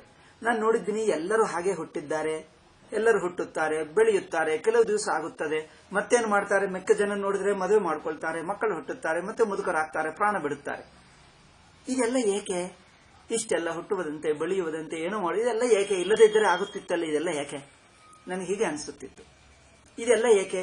ಪ್ರಶ್ನೆ ಮಾಡಿದ್ದರೆ ಅವರು ಹೇಳ್ತಾರೆ, ಕೆಲವರು ಏನು ಜವಾಬು ಕೊಟ್ಟಿಲ್ಲ. ನಾನು ಕೇಳಿದ್ದೀನಿ ಸೀನಿಯರ್ ಅನ್ನು, ಕೆಲವರು ಜವಾಬು ಕೊಟ್ಟಿಲ್ಲ, ಕೆಲವರು ನಕ್ಕಿದ್ದಾರೆ, ಕೆಲವರು ಏನೋ ಅಪ್ಪ ವಿಚಿತ್ರ ಪ್ರಶ್ನೆ ಮಾಡ್ತಾ ಇದ್ದೀವಿ, ಎಷ್ಟು ಸಣ್ಣ ಹುಡುಗ ಎಂದು ಹೇಳಿಬಿಟ್ಟರು. ಯಾರು ಪ್ರಶ್ನೆ ಕೊಟ್ಟಿಲ್ಲ, ಈ ಪ್ರಶ್ನೆ ಉತ್ತರ ಕೊಟ್ಟಿಲ್ಲ. ನನಗೇನೋ ಹುಚ್ಚು ಇದೇ ಕಾಡುತ್ತಿತ್ತು, ಏಕಪ್ಪ ಈ ಪ್ರಪಂಚವೆಲ್ಲ, ಇಷ್ಟೆಲ್ಲ ಮನೆ ಕಟ್ಕೊಂಡರಂತೆ, ಮನುಷ್ಯರೆಲ್ಲ ಇದ್ದರಂತೆ, ಏನೋ ಪ್ರಶ್ನೆ ಮಾಡಿದರೆ ಕೆಲವರಿಗೆ ಟೈಮೇ ಇಲ್ಲ ಈ ಪ್ರಶ್ನೆ ಯೋಚನೆ ಮಾಡುವುದಕ್ಕೆ, ಏನೋ ಮಾಡ್ತಾ ಇರ್ತಾರೆ, ಎಲ್ಲ ಎಲ್ಲಿ ಹೋಗ್ತಾ ಇದ್ದಾರೆ, ಇದೆಲ್ಲ ವೇರ್ ಆರ್ ವಿ ಗೋಯಿಂಗ್? ಈ ಪ್ರಪಂಚವೆಲ್ಲ ನಡೆಯುತ್ತಾ ಎಲ್ಲಿ ಹೋಗುತ್ತದೆ? ಇದಕ್ಕೆ ಒಂದು ಗುರಿ ಇದೆ. ಕನಸು ನೋಡ್ತಾ ಎಲ್ಲಿ ಹೋಗ್ತೀವಿ? ನೋಡಿ ಏನು ಕನಸಿನ ಗುರಿ ಏನು? ಕನಸು ನೋಡುತ್ತಾ ಇರುವಕ್ಕೆ ಗುರಿ ಏನು? ಕನಸು ನೋಡುತ್ತಾ ಇರುವುದೇ ಕನಸು ಅಷ್ಟೇ, ಅದಕ್ಕೆ ಏನು ಗುರಿ ಇಲ್ಲ. ಏನ್ ನೋಡಿದ್ರೆ ಅದೇ ಏನಿದೆ, ಏನ್ ನೋಡಿದ್ರೆ ಅದೇ ನೋಡ್ತೀವಿ. ಅದು ಒಂದು ದಿವಸ ಮುಗಿಯಬೇಕೆಂದಿದೆಯಾ? ಕನಸು ಒಂದು ದಿವಸ ಏನಿಲ್ಲ, ಸುಮ್ಮನೆ ನಡೆಯುತ್ತದೆ. ಸೂರ್ಯ ಉದಯವಾಗ್ತಾನೆ, ಇಲ್ಲಿ ಪ್ರಯಾಣ ಮಾಡ್ತಾನೆ, ಅಸ್ತವಾಗ್ತಾನೆ, ಮತ್ತೆ ಉದಯವಾಗ್ತಾನೆ, ಮತ್ತೆ ಏನಪ್ಪಾ ಎಷ್ಟು ದಿವಸ ಮಾಡುವುದು? ಏನಾದರೂ ಗುರಿ ಇಟ್ಕೊಂಡಿದ್ದೆ? ಸೂರ್ಯನಿಗೆ ಏನಾದರೂ ಗುರಿ ಇದೆ? ಗುರಿ ಇಲ್ಲ, ಏನೋ ಸ್ಟಾರ್ಟಿಂಗ್ ಇಲ್ಲ, ಎಂಡಿಂಗ್ ಇಲ್ಲ, ನಡೆಯುತ್ತದೆ, ಅದೇ ನಡೆಯುತ್ತದೆ. ಅದಕ್ಕೆ ಬಿಗಿನಿಂಗ್ ಇಲ್ಲ, ಎಂಡಿಂಗ್ ಇಲ್ಲ, ಶುರು ಇಲ್ಲ, ಕೊನೆ ಇಲ್ಲ, ಹಾಗೆ ನಡೆಯುತ್ತದೆ. ಹಾಗೆ ಈ ಪ್ರಪಂಚ ತಾನೇ ನಡೆಯುತ್ತದೆ. ಸಜ್ಜನರು ದುರ್ಜನರು ಬೆಳೆಯುತ್ತಾರೆ. ಅಂದ್ರೆ ಇಂಡಿವಿಜುವಲ್ಸ್ ಸಜ್ಜನರಾಗುತ್ತಾರೆ, ಸಂಸ್ಕಾರವಂತರಾಗುತ್ತಾರೆ. ಸಮಾಜ ಒಟ್ಟು ನೋಡಿದ್ದರೂ ಸ್ವಲ್ಪ ಮಟ್ಟಿಗೆ ಬೆಟರ್ ಇರುತ್ತದೆ. You can't say that totally ಸಮಾಜ ಬ್ಯಾಡ್. ಸಮಾಜ ಸಮಟೈಮ್ಸ್ ಬೆಟರ್ ಆಗ್ತದೆ, ಸಮಟೈಮ್ಸ್ ಸ್ವಲ್ಪ ಮಧ್ಯಮ ಆಗ್ತದೆ, ಸಮಟೈಮ್ಸ್ ಮರಿ 2 ಲೆವೆಲ್ಗೂ ಹೋಗ್ತದೆ. ಮತ್ತೆ ಒಟ್ಟು ಸಮಾಜ ದೇಶ ಮತ್ತೆ ಮೇರೆಗೂ ಬೆಳೆದು ಅಯ್ಯೋ ಹಿಂದಿನ ಪೀಳಿಗೆ ಹೀಗಿದ್ದಾರಪ್ಪ ಎಂದು ಸ್ವಲ್ಪ ರಿಯಲೈಸ್ ಮಾಡಿ ಸ್ವಲ್ಪ ಸಜ್ಜನರು ಹೆಚ್ಚು ಹುಟ್ಟುತ್ತಾರೆ. ಅಂದ್ರೆ ಏನು, ಅಲೆಗಳೇ ಹಾಗೆ ಮೇಲಿನಿಂದ ಕೆಳಗೆ, ಕೆಳಗಿನಿಂದ ಮೇಳೆಗೆ ಅಪ್ ಅಂಡ್ ಡೌನ್ ಆಗುತ್ತಾ ಇರುತ್ತದೆ. ಸಮಾಜ ಚಕ್ರ ತಿರುಗುತ್ತದೆ ನೋಡಿ.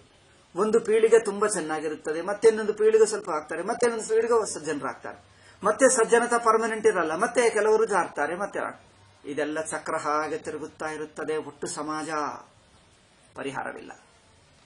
ಆದ್ದರಿಂದ ಇದು ತಿಳ್ಕೊಂಡರೆ ಏನಾಗುತ್ತದೆ, ನಾನು ಕರ್ತಾ ಭೋಗ್ತಾ ಬೇಡ, ಇದರ ಜೊತೆಗೆ ಪ್ರವಾಹ ಜೊತೆಗೆ ನೀರಿನ ಜೊತೆಗೆ ನಾನು ಈಜುತ್ತಾ ಇದ್ದೇನೆ.